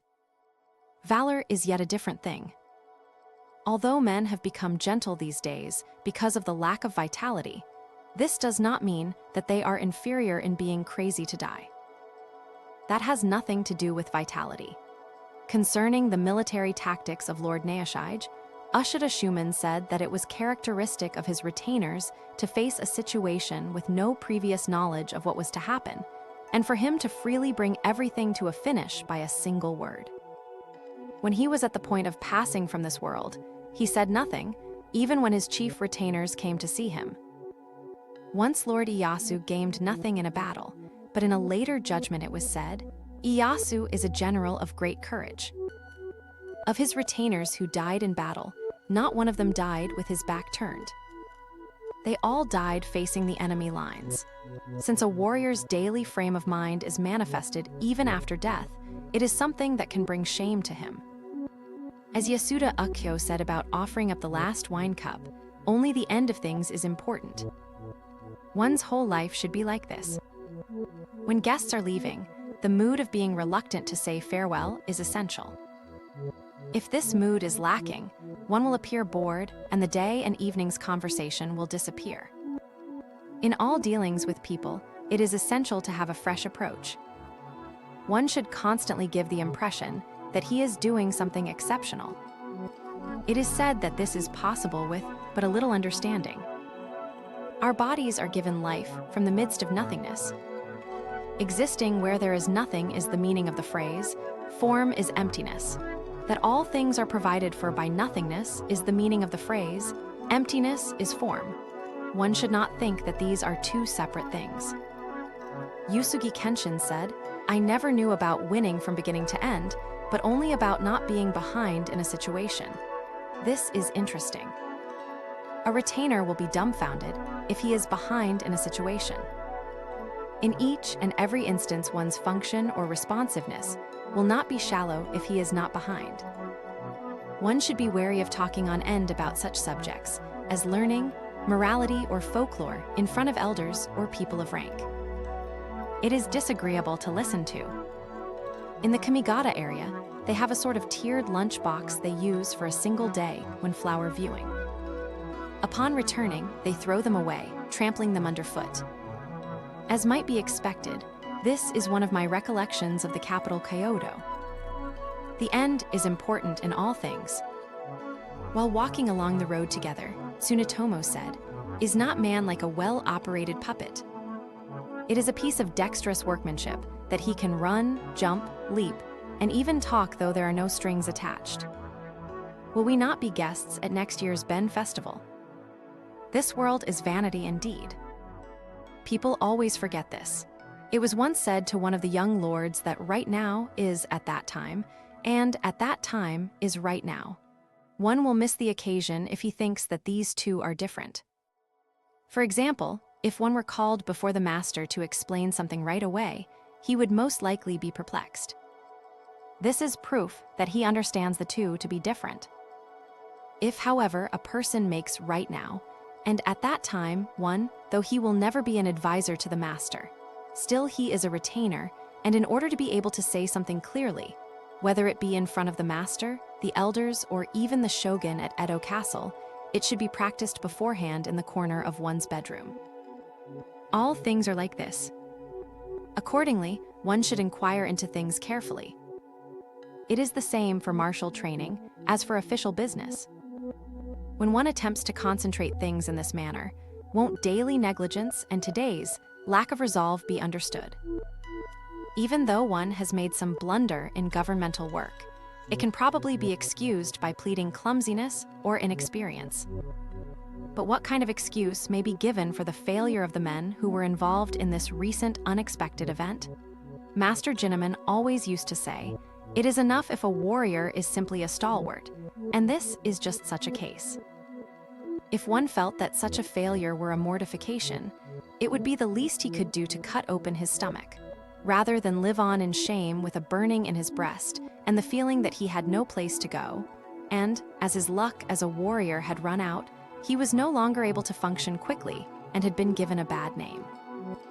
But if one regretted losing his life and reasoned that he should live because such a death would be useless, then for the next 5, 10, or 20 years of his life, he would be pointed at from behind and covered with shame. After his death, his corpse would be smeared with disgrace, His guiltless descendants would receive his dishonor for having been born in his line, his ancestor's name would be dragged down, and all the members of his family would be blemished. Such circumstances are truly regrettable. If one has no earnest daily intention, does not consider what it is to be a warrior even in his dreams, and lives through the day idly, he can be said to be worthy of punishment. Presumably, it can be said that a man who has been cut down was lacking in ability and had run out of luck as a warrior. The man who cut him down, compelled by unavoidable circumstances and feeling that there was nothing else to be done, also put his life on the line, and thus there should be no evidence of cowardice. Being short-tempered is inappropriate, but it cannot be said that two men who face each other are cowards. In this recent event, however, the men who lived and covered themselves with shame were not true warriors. One should every day think over and make an effort to implant in his mind the saying, "At that time is right now." It is said that it is strange indeed that anyone is able to pass through life by one means or another in negligence. Thus, the way of the samurai is, morning after morning, the practice of death, considering whether it will be here or be there, imagining the most slightly way of dying, and putting one's mind firmly in death. Although this may be a most difficult thing, if one will do it, it can be done. There is nothing that one should suppose cannot be done. Moreover, the influence of words is important in military affairs. It would have been best for stopping the man in this recent event, too. When the situation is too much, one may either cut the man down, or, if the man is escaping, yell something like, "Don't run, I only cowards run," and thus, according to what the situation demands, achieve one's goals by the influence of words. There was a certain man who was said to be good at judging men's dispositions and formerly had everyone's attention, and he was able to handle such cases. This is proof that right now is no different from when the time comes. The position of Yakuza no Yari is another example of this. It is something that should be made one's aim beforehand. The things to be deeply considered beforehand are many. If there is someone who has killed a man in the Lord's mansion and has managed to escape, as one does not know whether he may still be swinging his sword and advancing toward the room next to the Lord, he should cut the man down. Indeed, one may be blamed later in an investigation as a confederate of the killer, or as someone who had a grudge against him. But at that time, one should think only of cutting the man down and not anticipate later blame. Even if one's head were to be suddenly cut off, he should be able to do one more action with certainty. The last moments of Nida Yashisada are proof of this. Had his spirit been weak, he would have fallen the moment his head was severed. Recently, there is the example of Ono Doken. These actions occurred because of simple determination. With martial valor, if one becomes like a revengeful ghost and shows great determination, though his head is cut off, he should not die. Whether people be of high or low birth, rich or poor, old or young, enlightened or confused, they are all alike in that they will one day die. It is not that we don't know that we are going to die, but we grasp at straws. While knowing that we will die someday, we think that all the others will die before us and that we will be the last to go. Death seems a long way off. Is this not shallow thinking? It is worthless and is only a joke within a dream. It will not do to think in such a way and be negligent. Insofar as death is always at one's door, one should make sufficient effort and act quickly. It is good to carry some powdered rouge in one's sleeve. It may happen that when one is sobering up or waking from sleep, his complexion may be poor. At such a time, it is good to take out and apply some powdered rouge. There are times when a person gets carried away and talks on without thinking much. But this can be seen by observers when one's mind is flippant and lacking truth. After such an occasion, it is best to come face to face with the truth and express it. The truth will then be arrived at in one's own heart too. Even when greeting someone lightly, one should consider the circumstances, and after deliberation speak in a way that will not injure the man's feelings. Furthermore, if there is a person who is criticizing the way of the samurai or one's own province, one should speak with him severely, without the least bit of ceremony. One must be resolved in advance. Although a person who excels in an art regards others as competitors, last year Hyodo Sachu gave up the title of Master of Renga to Yamaguchi Shachin. A praiseworthy act. The priest Tannen used to hang up wind bells but said, "It's not because I like the sound. I hang them in order to know the wind conditions in the event of fire, for that is the only worry in having a large temple. When the wind blew, he himself walked about at night." Throughout his whole life, the fire in his brazier was never out, and he always put a paper lantern and lighter by his pillow. He said, "People are flustered during an emergency, and there is no one to quickly strike a light. If one makes a distinction between public places and one's sleeping quarters, or between being on the battlefield and on the tatami, when the moment comes there will not be time for making amends. There is only the matter of constant awareness. If it were not for men who demonstrate valor on the tatami, one could not find them on the battlefield either. Bravery and cowardice are not things that can be conjectured in times of peace. They are in different categories. Though it may be said that the gods dislike impurity, if one thinks a bit, he will see that he has not been negligent in his daily worship. Thus, one's previous faithfulness has been exactly for the sake of praying for good fortune in such times as when one is barbed in blood and climbing over the dead. At such a time, if it is a god that turns back when one is defiled, then one should know clearly that praying is ineffective and should worship regardless of defilement. At times of great trouble or disaster, one word will suffice. At times of happiness, too, one word will be enough. And when meeting or talking with others, one word will do. One should think well and then speak. This is clear and firm, and one should learn it with no doubts. It is a matter of putting forth one's whole effort and having the correct attitude previously. This is very difficult to explain, but is something that everyone should work on in his heart. If a person has not learned this in his heart, it is not likely that he will understand it. Human life is truly a short affair. It is better to live doing the things that you like. It is foolish to live within this dream of a world seeing unpleasantness and doing only things that you do not like. But it is important never to tell this to young people, as it is something that would be harmful if incorrectly understood. Personally, I like to sleep, and I intend to appropriately confine myself more and more to my living quarters and pass my life away sleeping. I had a dream on the night of the 28th day of the 12th month in the 3rd year of Shotoku. The content of the dream changed gradually to the extent that I strengthened my will. The condition of a person is revealed by his dreams. It would be good to make companions of your dreams and to put forth effort. Shame and repentance are like upsetting a pot of water. When a certain friend of mine listened to the way that a man who had stolen his sword ornament confessed, he felt compassion. If one will rectify his mistakes, their traces will soon disappear. According to what the Buddhist priest Kyan said, a person becomes more and more prideful if he gains a little understanding, because he thinks he knows his own limits and weak points. However, it is a difficult thing to truly know one's own limits and weak points. At a glance, every individual's own measure of dignity is manifested just as it is. There is dignity in personal appearance. There is dignity in a calm aspect. There is dignity in a paucity of words.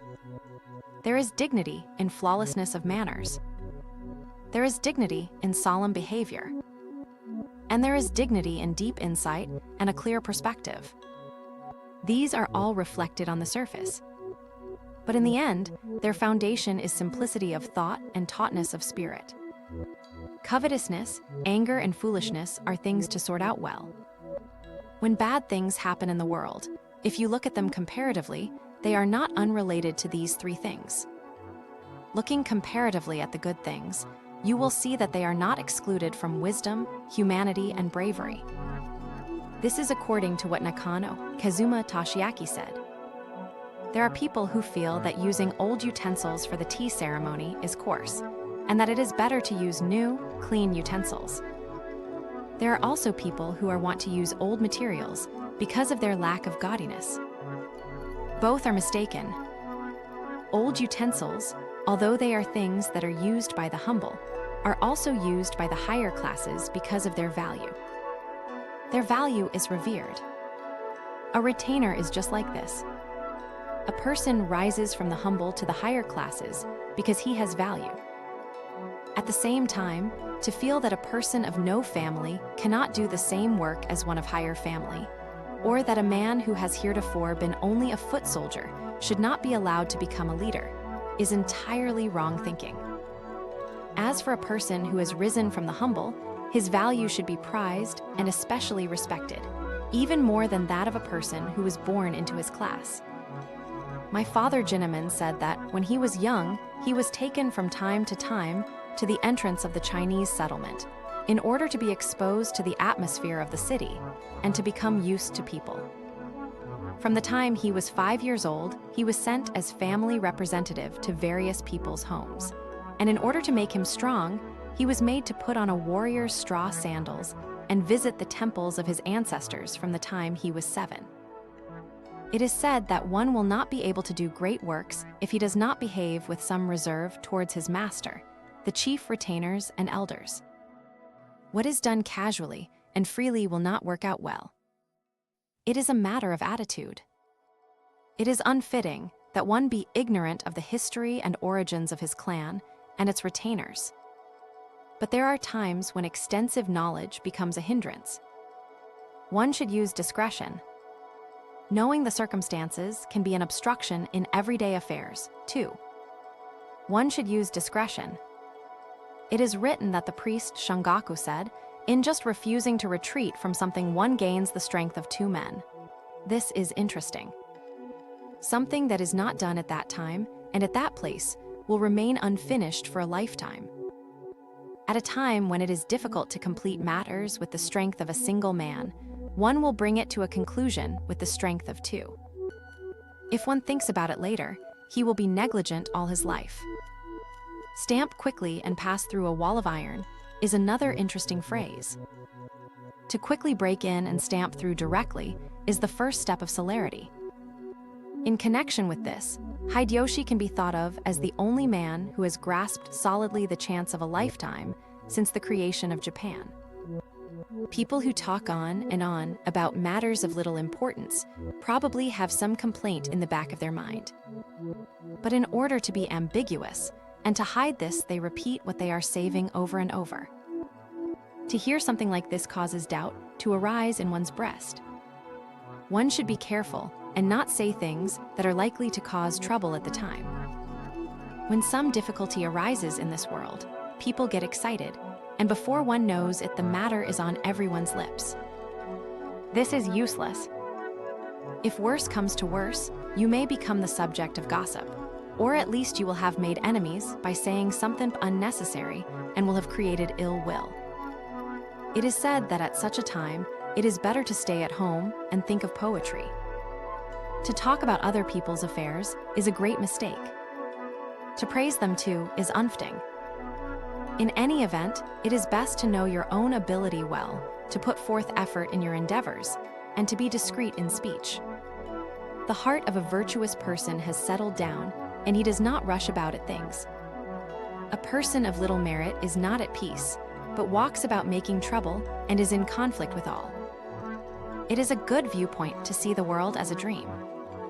When you have something like a nightmare, you will wake up and tell yourself that it was only a dream. It is said that the world we live in is not a bit different from this. People with intelligence will use it to fashion things both true and false, and will try to push through whatever they want with their clever reasoning. This is injury from intelligence. Nothing you do will have effect if you do not use truth.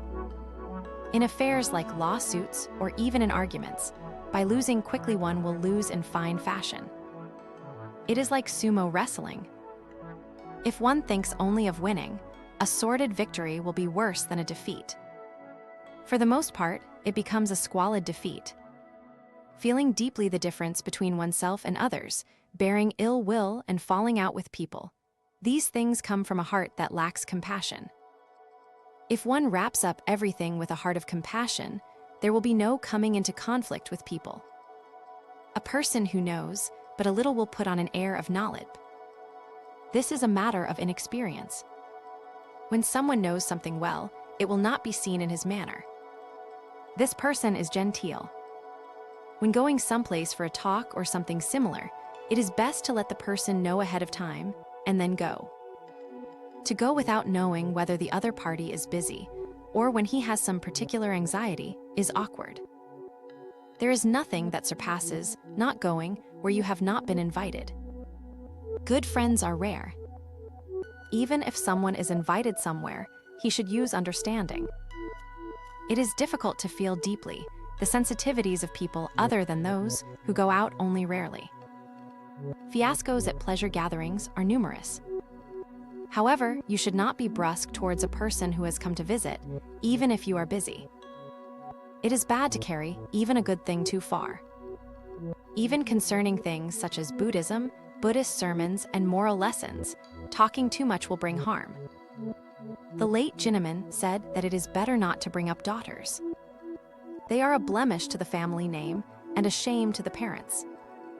The eldest daughter is special, but it is better to disregard the others.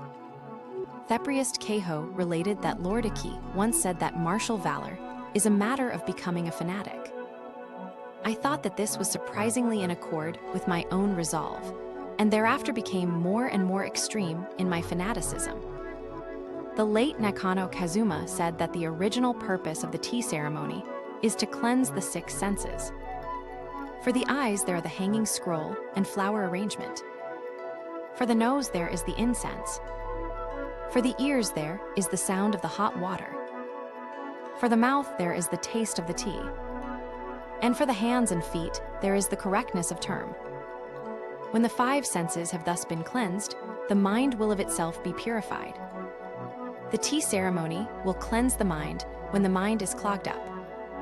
I do not depart from the heart of the tea ceremony for 24 hours a day, yet this is absolutely not a matter of tasteful living. Moreover, the tea utensils are something that should be in accord with one's social position. In the poem, Under the Deep Snows in the Last Village Last Night, numerous branches of plum blossomed. The opulence of the phrase, numerous branches, was changed to a single branch. It is said that this single branch contains true tranquility. When intimate friends, allies, or people who are indebted to you have done some wrong, you should secretly reprimand them and intervene between them and society in a good manner.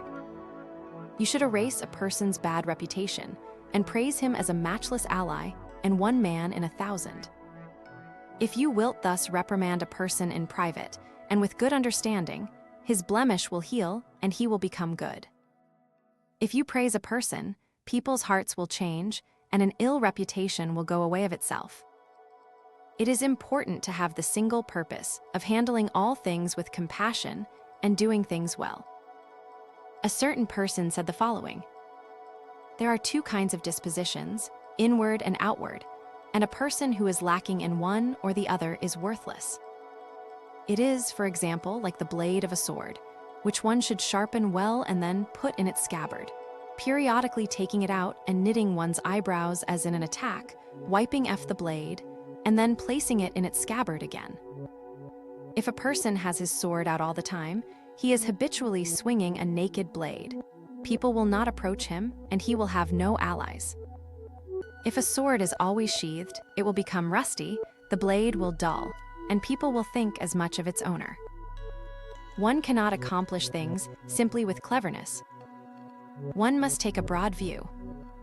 It will not do to make rash judgments concerning good and evil. However, one should not be sluggish. It is said that one is not truly a samurai if he does not make his decisions quickly and break right through to completion. Once, when a group of 5 or 6 pages were traveling to the capital together in the same boat, it happened that their boat struck a regular ship late at night. 5 or 6 seamen from the ship leapt aboard and loudly demanded that the pages give up their boat's anchor, in accord with the seaman's code.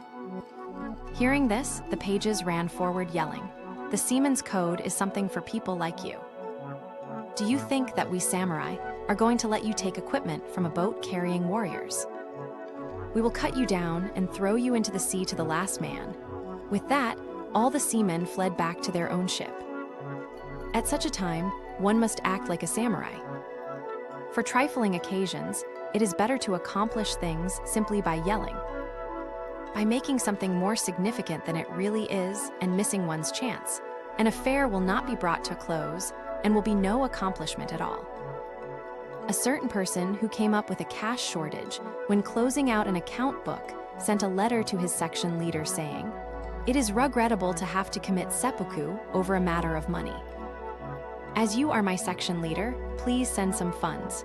Since this was reasonable, the balance was provided and the matter was closed. It is said that even wrongdoings can be managed without detection. By being impatient, matters are damaged and great works cannot be done. If one considers something not to be a matter of time, it will be done surprisingly quickly. Times change. Think about the world 15 years from now. It should be rather different, but if one were to look into a book of prophecies, I imagine that it would not be that different. In the passing 15 years, not one of the useful men of today will be left. And even if men who are young now come forth, probably less than half will make it.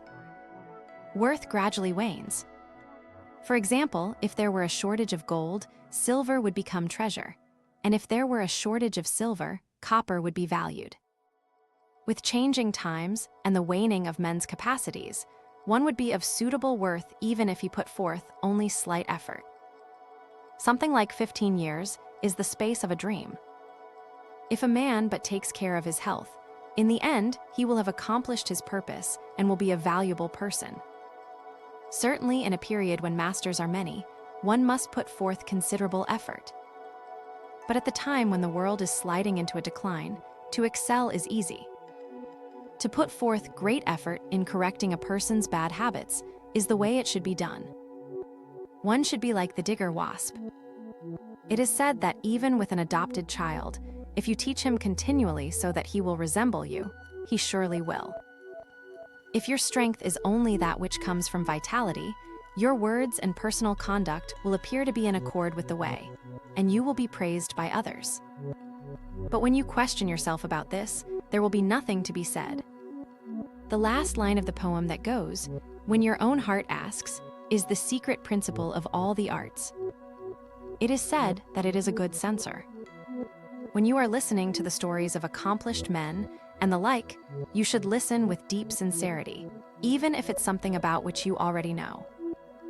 If in listening to the same thing 10 or 20 times, it happens that you come to an unexpected understanding, that moment will be very special. Within the tedious talk of old folks are their meritorious deeds.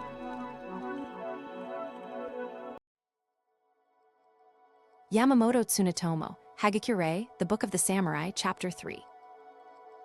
Lord Naoshige once said, "There is nothing felt quite so deeply as jeeri." There are times when someone like a cousin dies, and it is not a matter of shedding tears.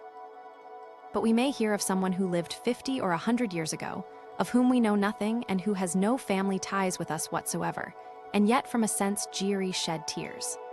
When Lord Naoshige was passing by a place called Kairaku, someone said to him, "In this place, there lives a man who is over 90 years old. Since this man is so fortunate, why don't you stop and see him?" Naoshige heard this and said, "How could anyone be more pitiful than this man? How many of his children and grandchildren do you suppose he has seen fall before his very eyes? Where is the good fortune in that? It seems that he did not stop to see the man." When Lord Naoshige was speaking to his grandson, Lord Naoshige, he said, "No matter whether one be of high or low rank, a family line is something that will decline when its time has come. If one tries to keep it from going to ruin at that time, it will have an unsightly finish. If one thinks that the time has come, it is best to let it go down with good grace. Doing so, he may even cause it to be maintained."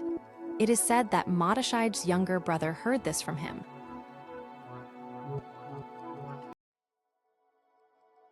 Yamamoto Tsunetomo, Hagakure, the Book of the Samurai, Chapter 4. When Nabeshima Tadano was 15 years old, a manservant in the kitchen committed some rude act and a foot soldier was about to beat him. But in the end, the servant cut the soldier down.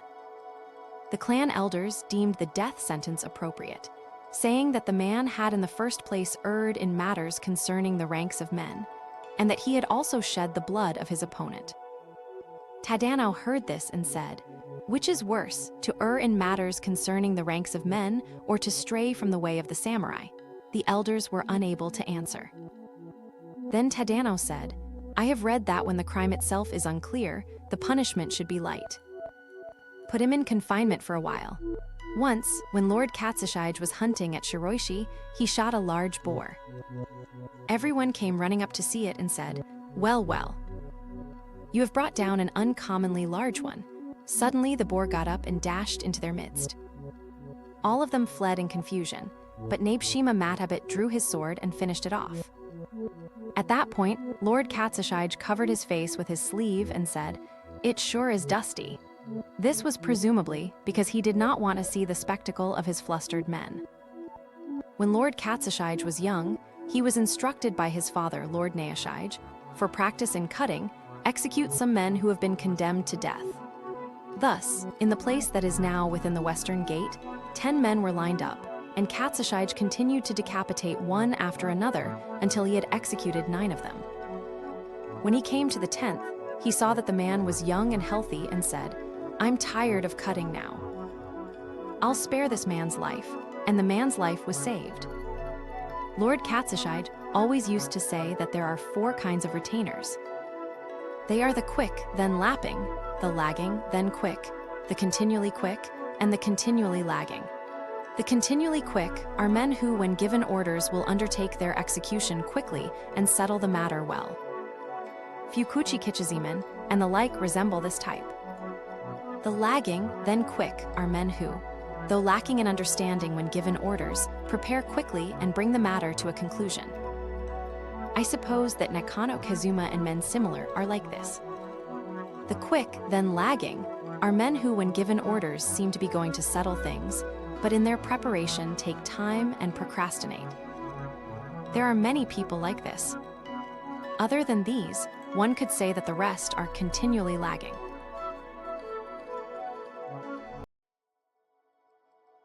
Yamamoto Tsunetomo, Hagakure, the Book of the Samurai, Chapter 5. When Lord Takanabu was at the Battle of Bungo, a messenger came from the enemy camp bearing sake and food. Takanabu wanted to partake of this quickly, but the men at his side stopped him, saying, "Presents from the enemy are likely to be poisoned. This is not something that a general should eat." Takanabu heard them out and then said, "Even if it is poisoned, how much of an effect would that have on things? Call the messenger here." He then broke open the barrel right in front of the messenger, drank 3 large cups of sake, offered 3 the messenger 1 too, gave him a reply, and sent him back to his camp. Takagi Akifusa turned against the Ryuzoji clan, appealed to Mida Iyo no Kami Isada, and was sheltered by him. Akifusa was a warrior of matchless valor, and was an accomplished and agile swordsman. His retainers were Ingazimen and Fudazimen, stalwarts in no way inferior, and they left Akifusa's side neither day nor night. Thus it happened that a request was sent from Lord Takanabu to Isada to kill Akifusa. At one point, when Akifusa was seated on the veranda having Ingazimen wash his feet, Isada came running up behind him and struck off his head. Before his head fell, Akifusa drew out his short sword and turned to strike, but cut off Ingazimen's head. The 2 heads fell into the wash basin together. Akifusa's head then rose into the midst of those present. This was the sort of magic technique that he consistently had. The priest Tannen used to say in his daily talks that a monk cannot fulfill the Buddhist way if he does not manifest compassion without and persistently store up courage within. And if a warrior does not manifest courage on the outside and hold enough compassion within his heart to burst his chest, he cannot become a retainer.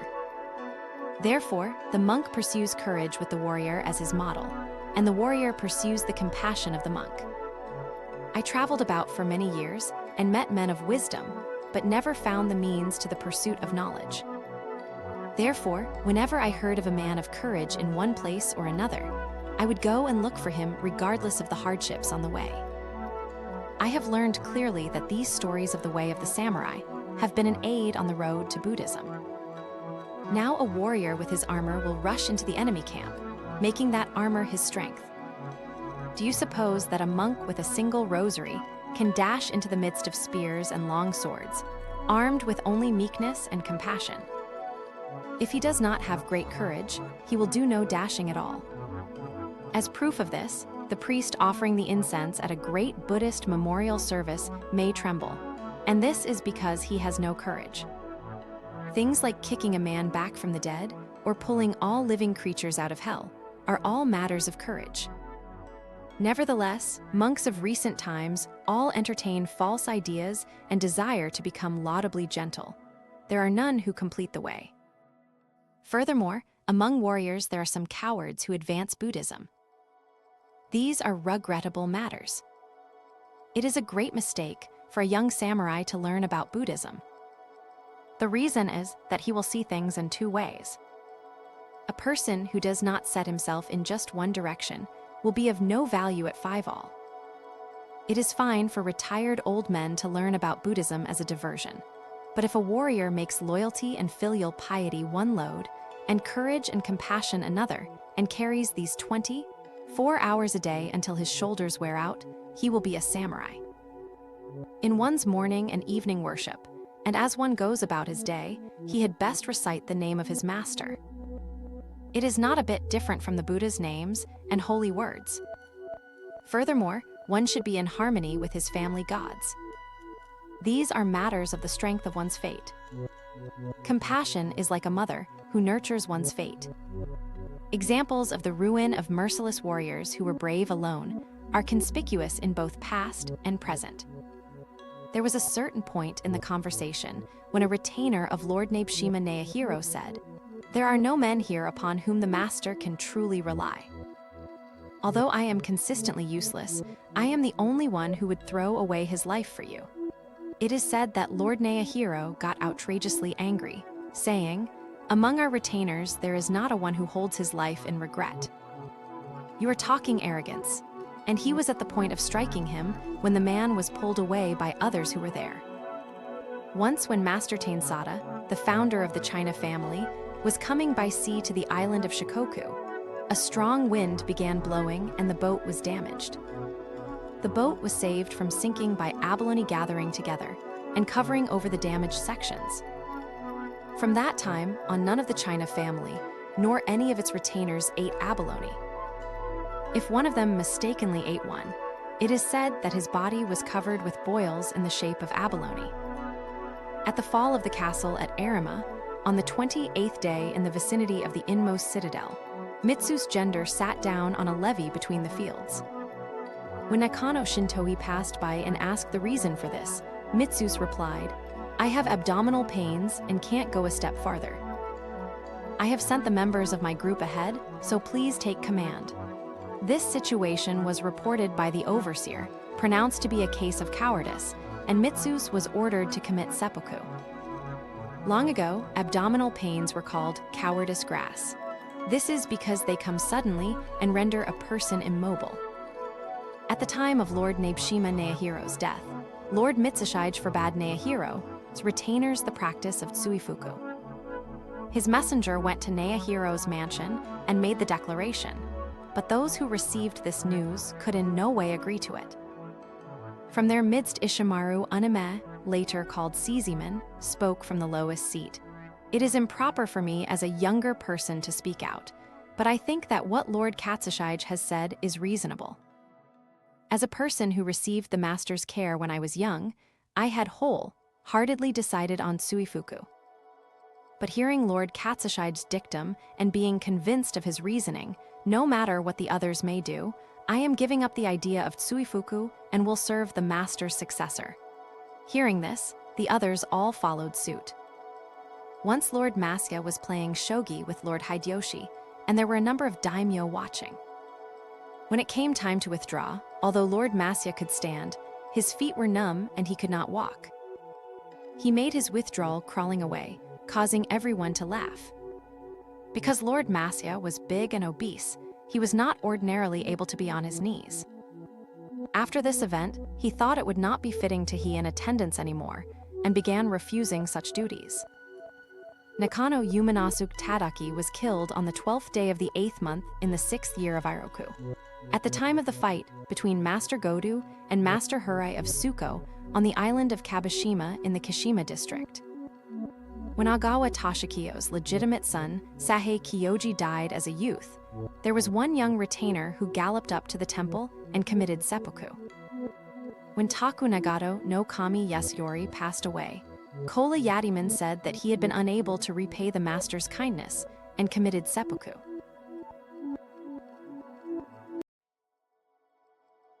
Yamamoto Tsunetomo, Hagakure, the Book of the Samurai, Chapter 6. Narutomi Hyogo said, "What is called winning is defeating one's allies.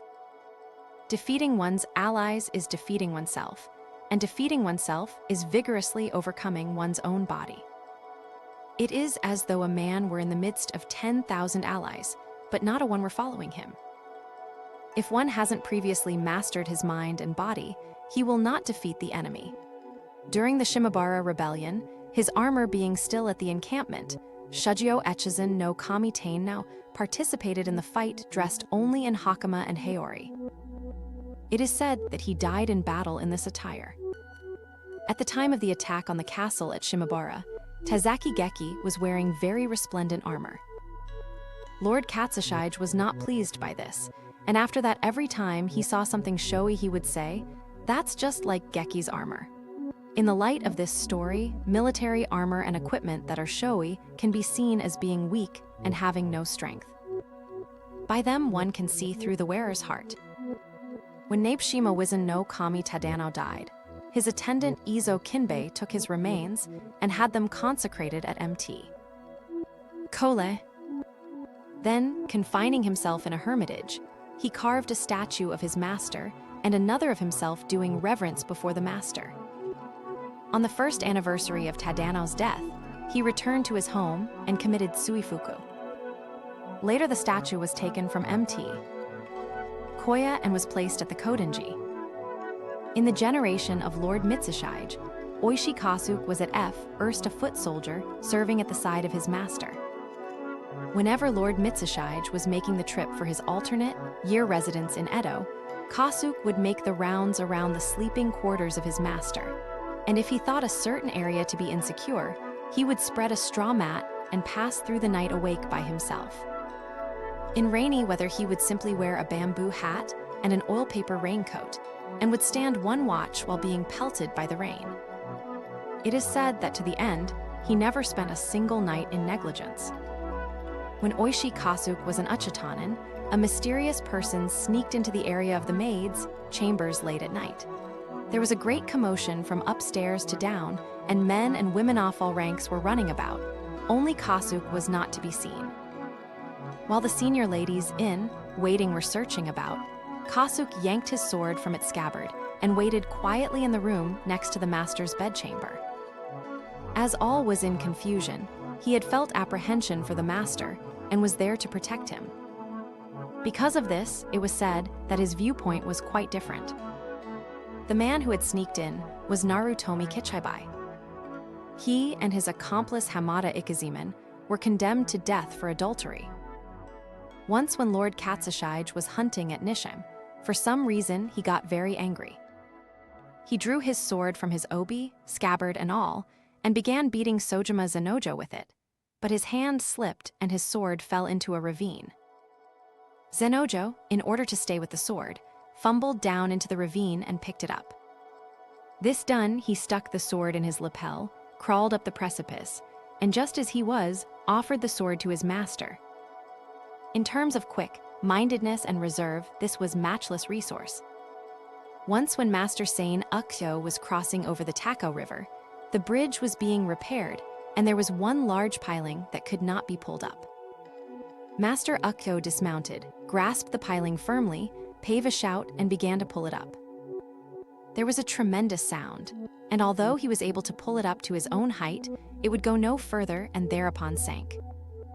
After he returned home, he became sick and suddenly died.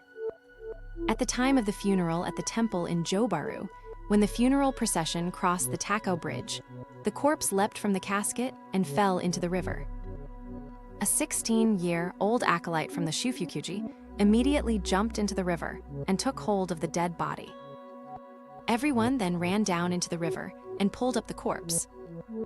The head monk was very impressed and instructed the other acolytes to be guided by this young man.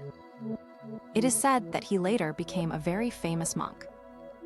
Yamamoto Kichizeman was ordered by his father Jin Amon to cut down a dog at the age of 5, and at the age of 15, he was made to execute a criminal. Everyone, by the time they were 14 or 15, was ordered to do a beheading without fail. When Lord Katsushige was young, he was ordered by Lord Naoshige to practice killing with a sword. It is said that at that time, he was made to cut down more than 10 men successively. A long time ago this practice was followed, especially in the upper classes, but today even the children of the lower classes perform no executions, and this is extreme negligence.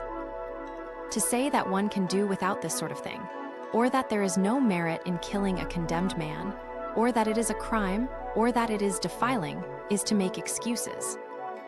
In short, can it not be thought that because a person's martial valor is weak, his attitude is only that of trimming his nails and being attractive? If one investigates into the spirit of a man who finds these things disagreeable, one sees that this person gives himself over to cleverness and excuse-making not to kill because he feels unnerved.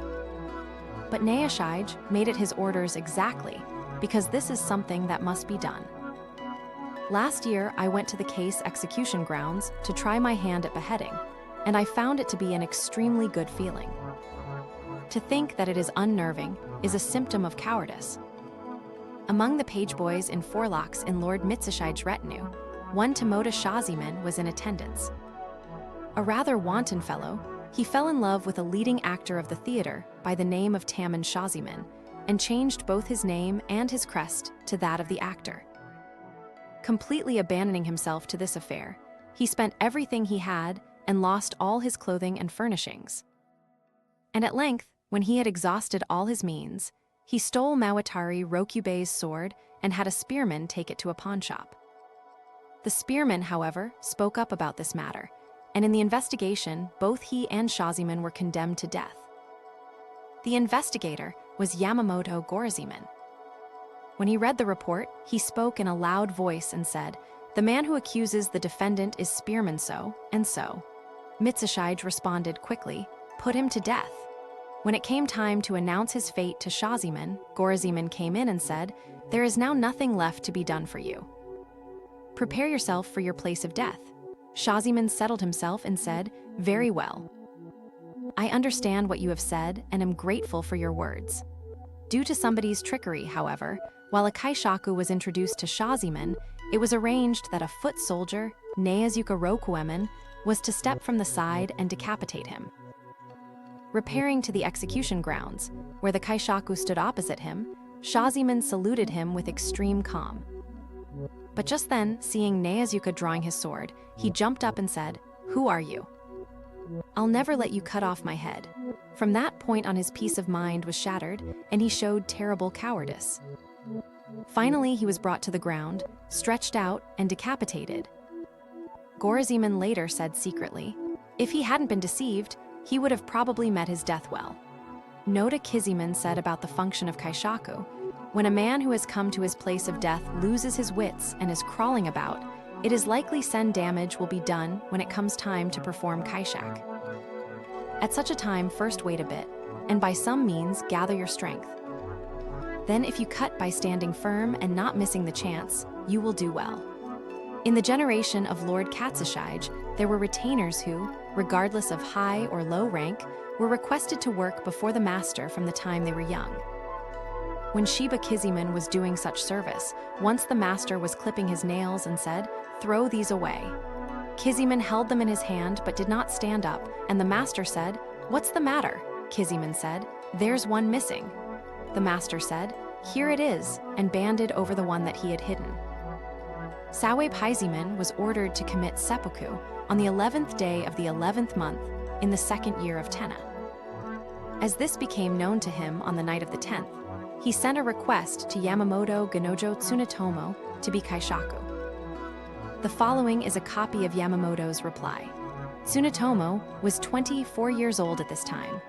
I am in accord with your resolution and accept your request for me to function as kaishaku. I instinctively felt that I should decline, but as this is to take place tomorrow, there is no time for making excuses, and I will undertake the job. The fact that you have chosen me from among many people is a great personal satisfaction to me. Please set your mind at ease concerning all that must follow. Although it is now late at night, I will come to your house to talk over the particulars.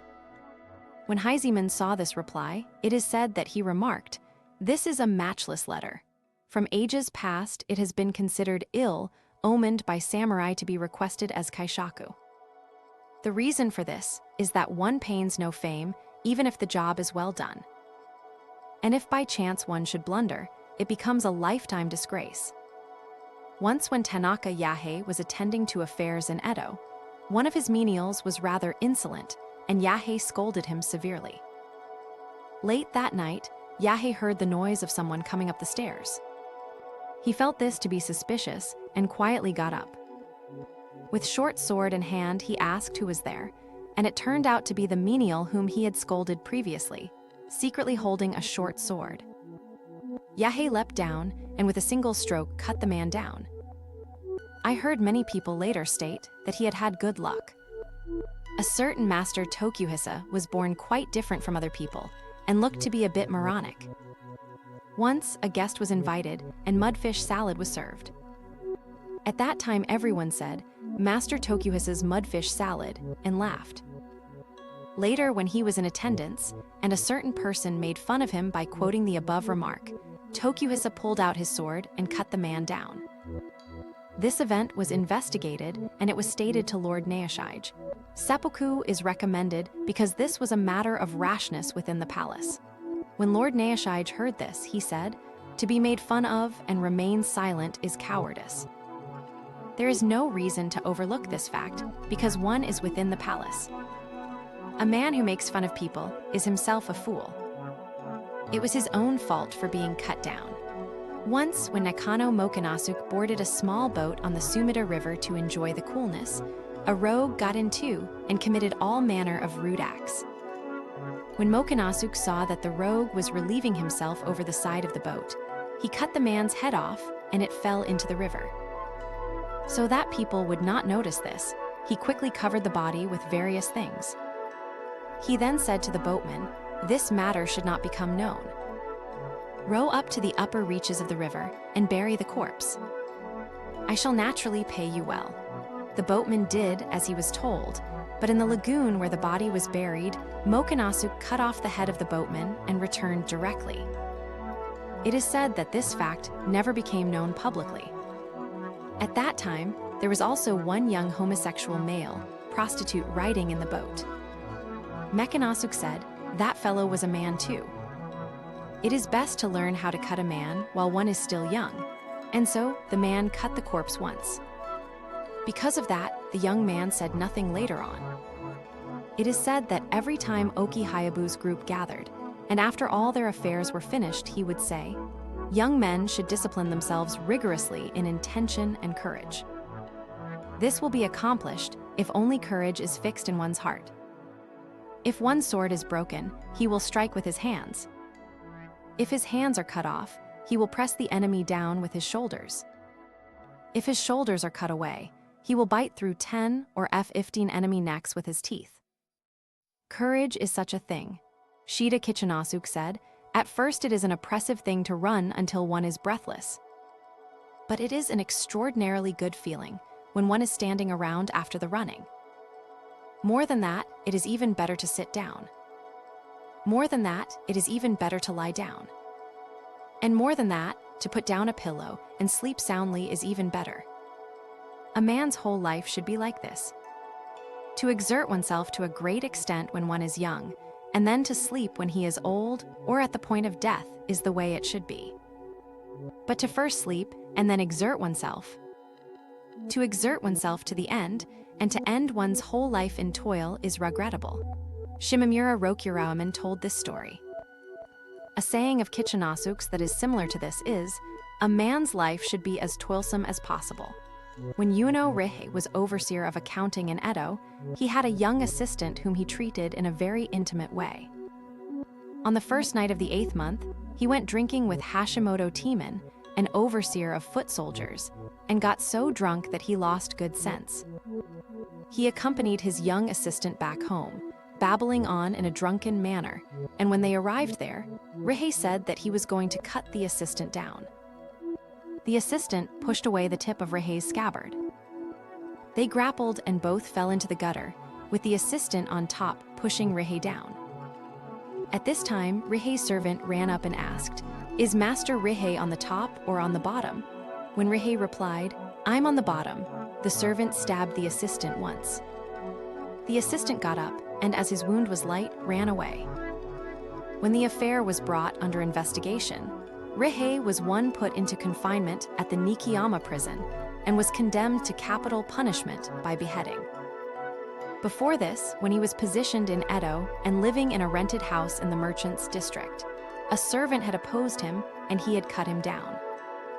But he had acted in a good way at that time, and people said that he had acted like a man. This time, however, his actions were outrageous and were certainly unnecessary. If one thinks about this well from beginning to end, to get so drunk as to draw one's sword is both cowardice and lack of resolve.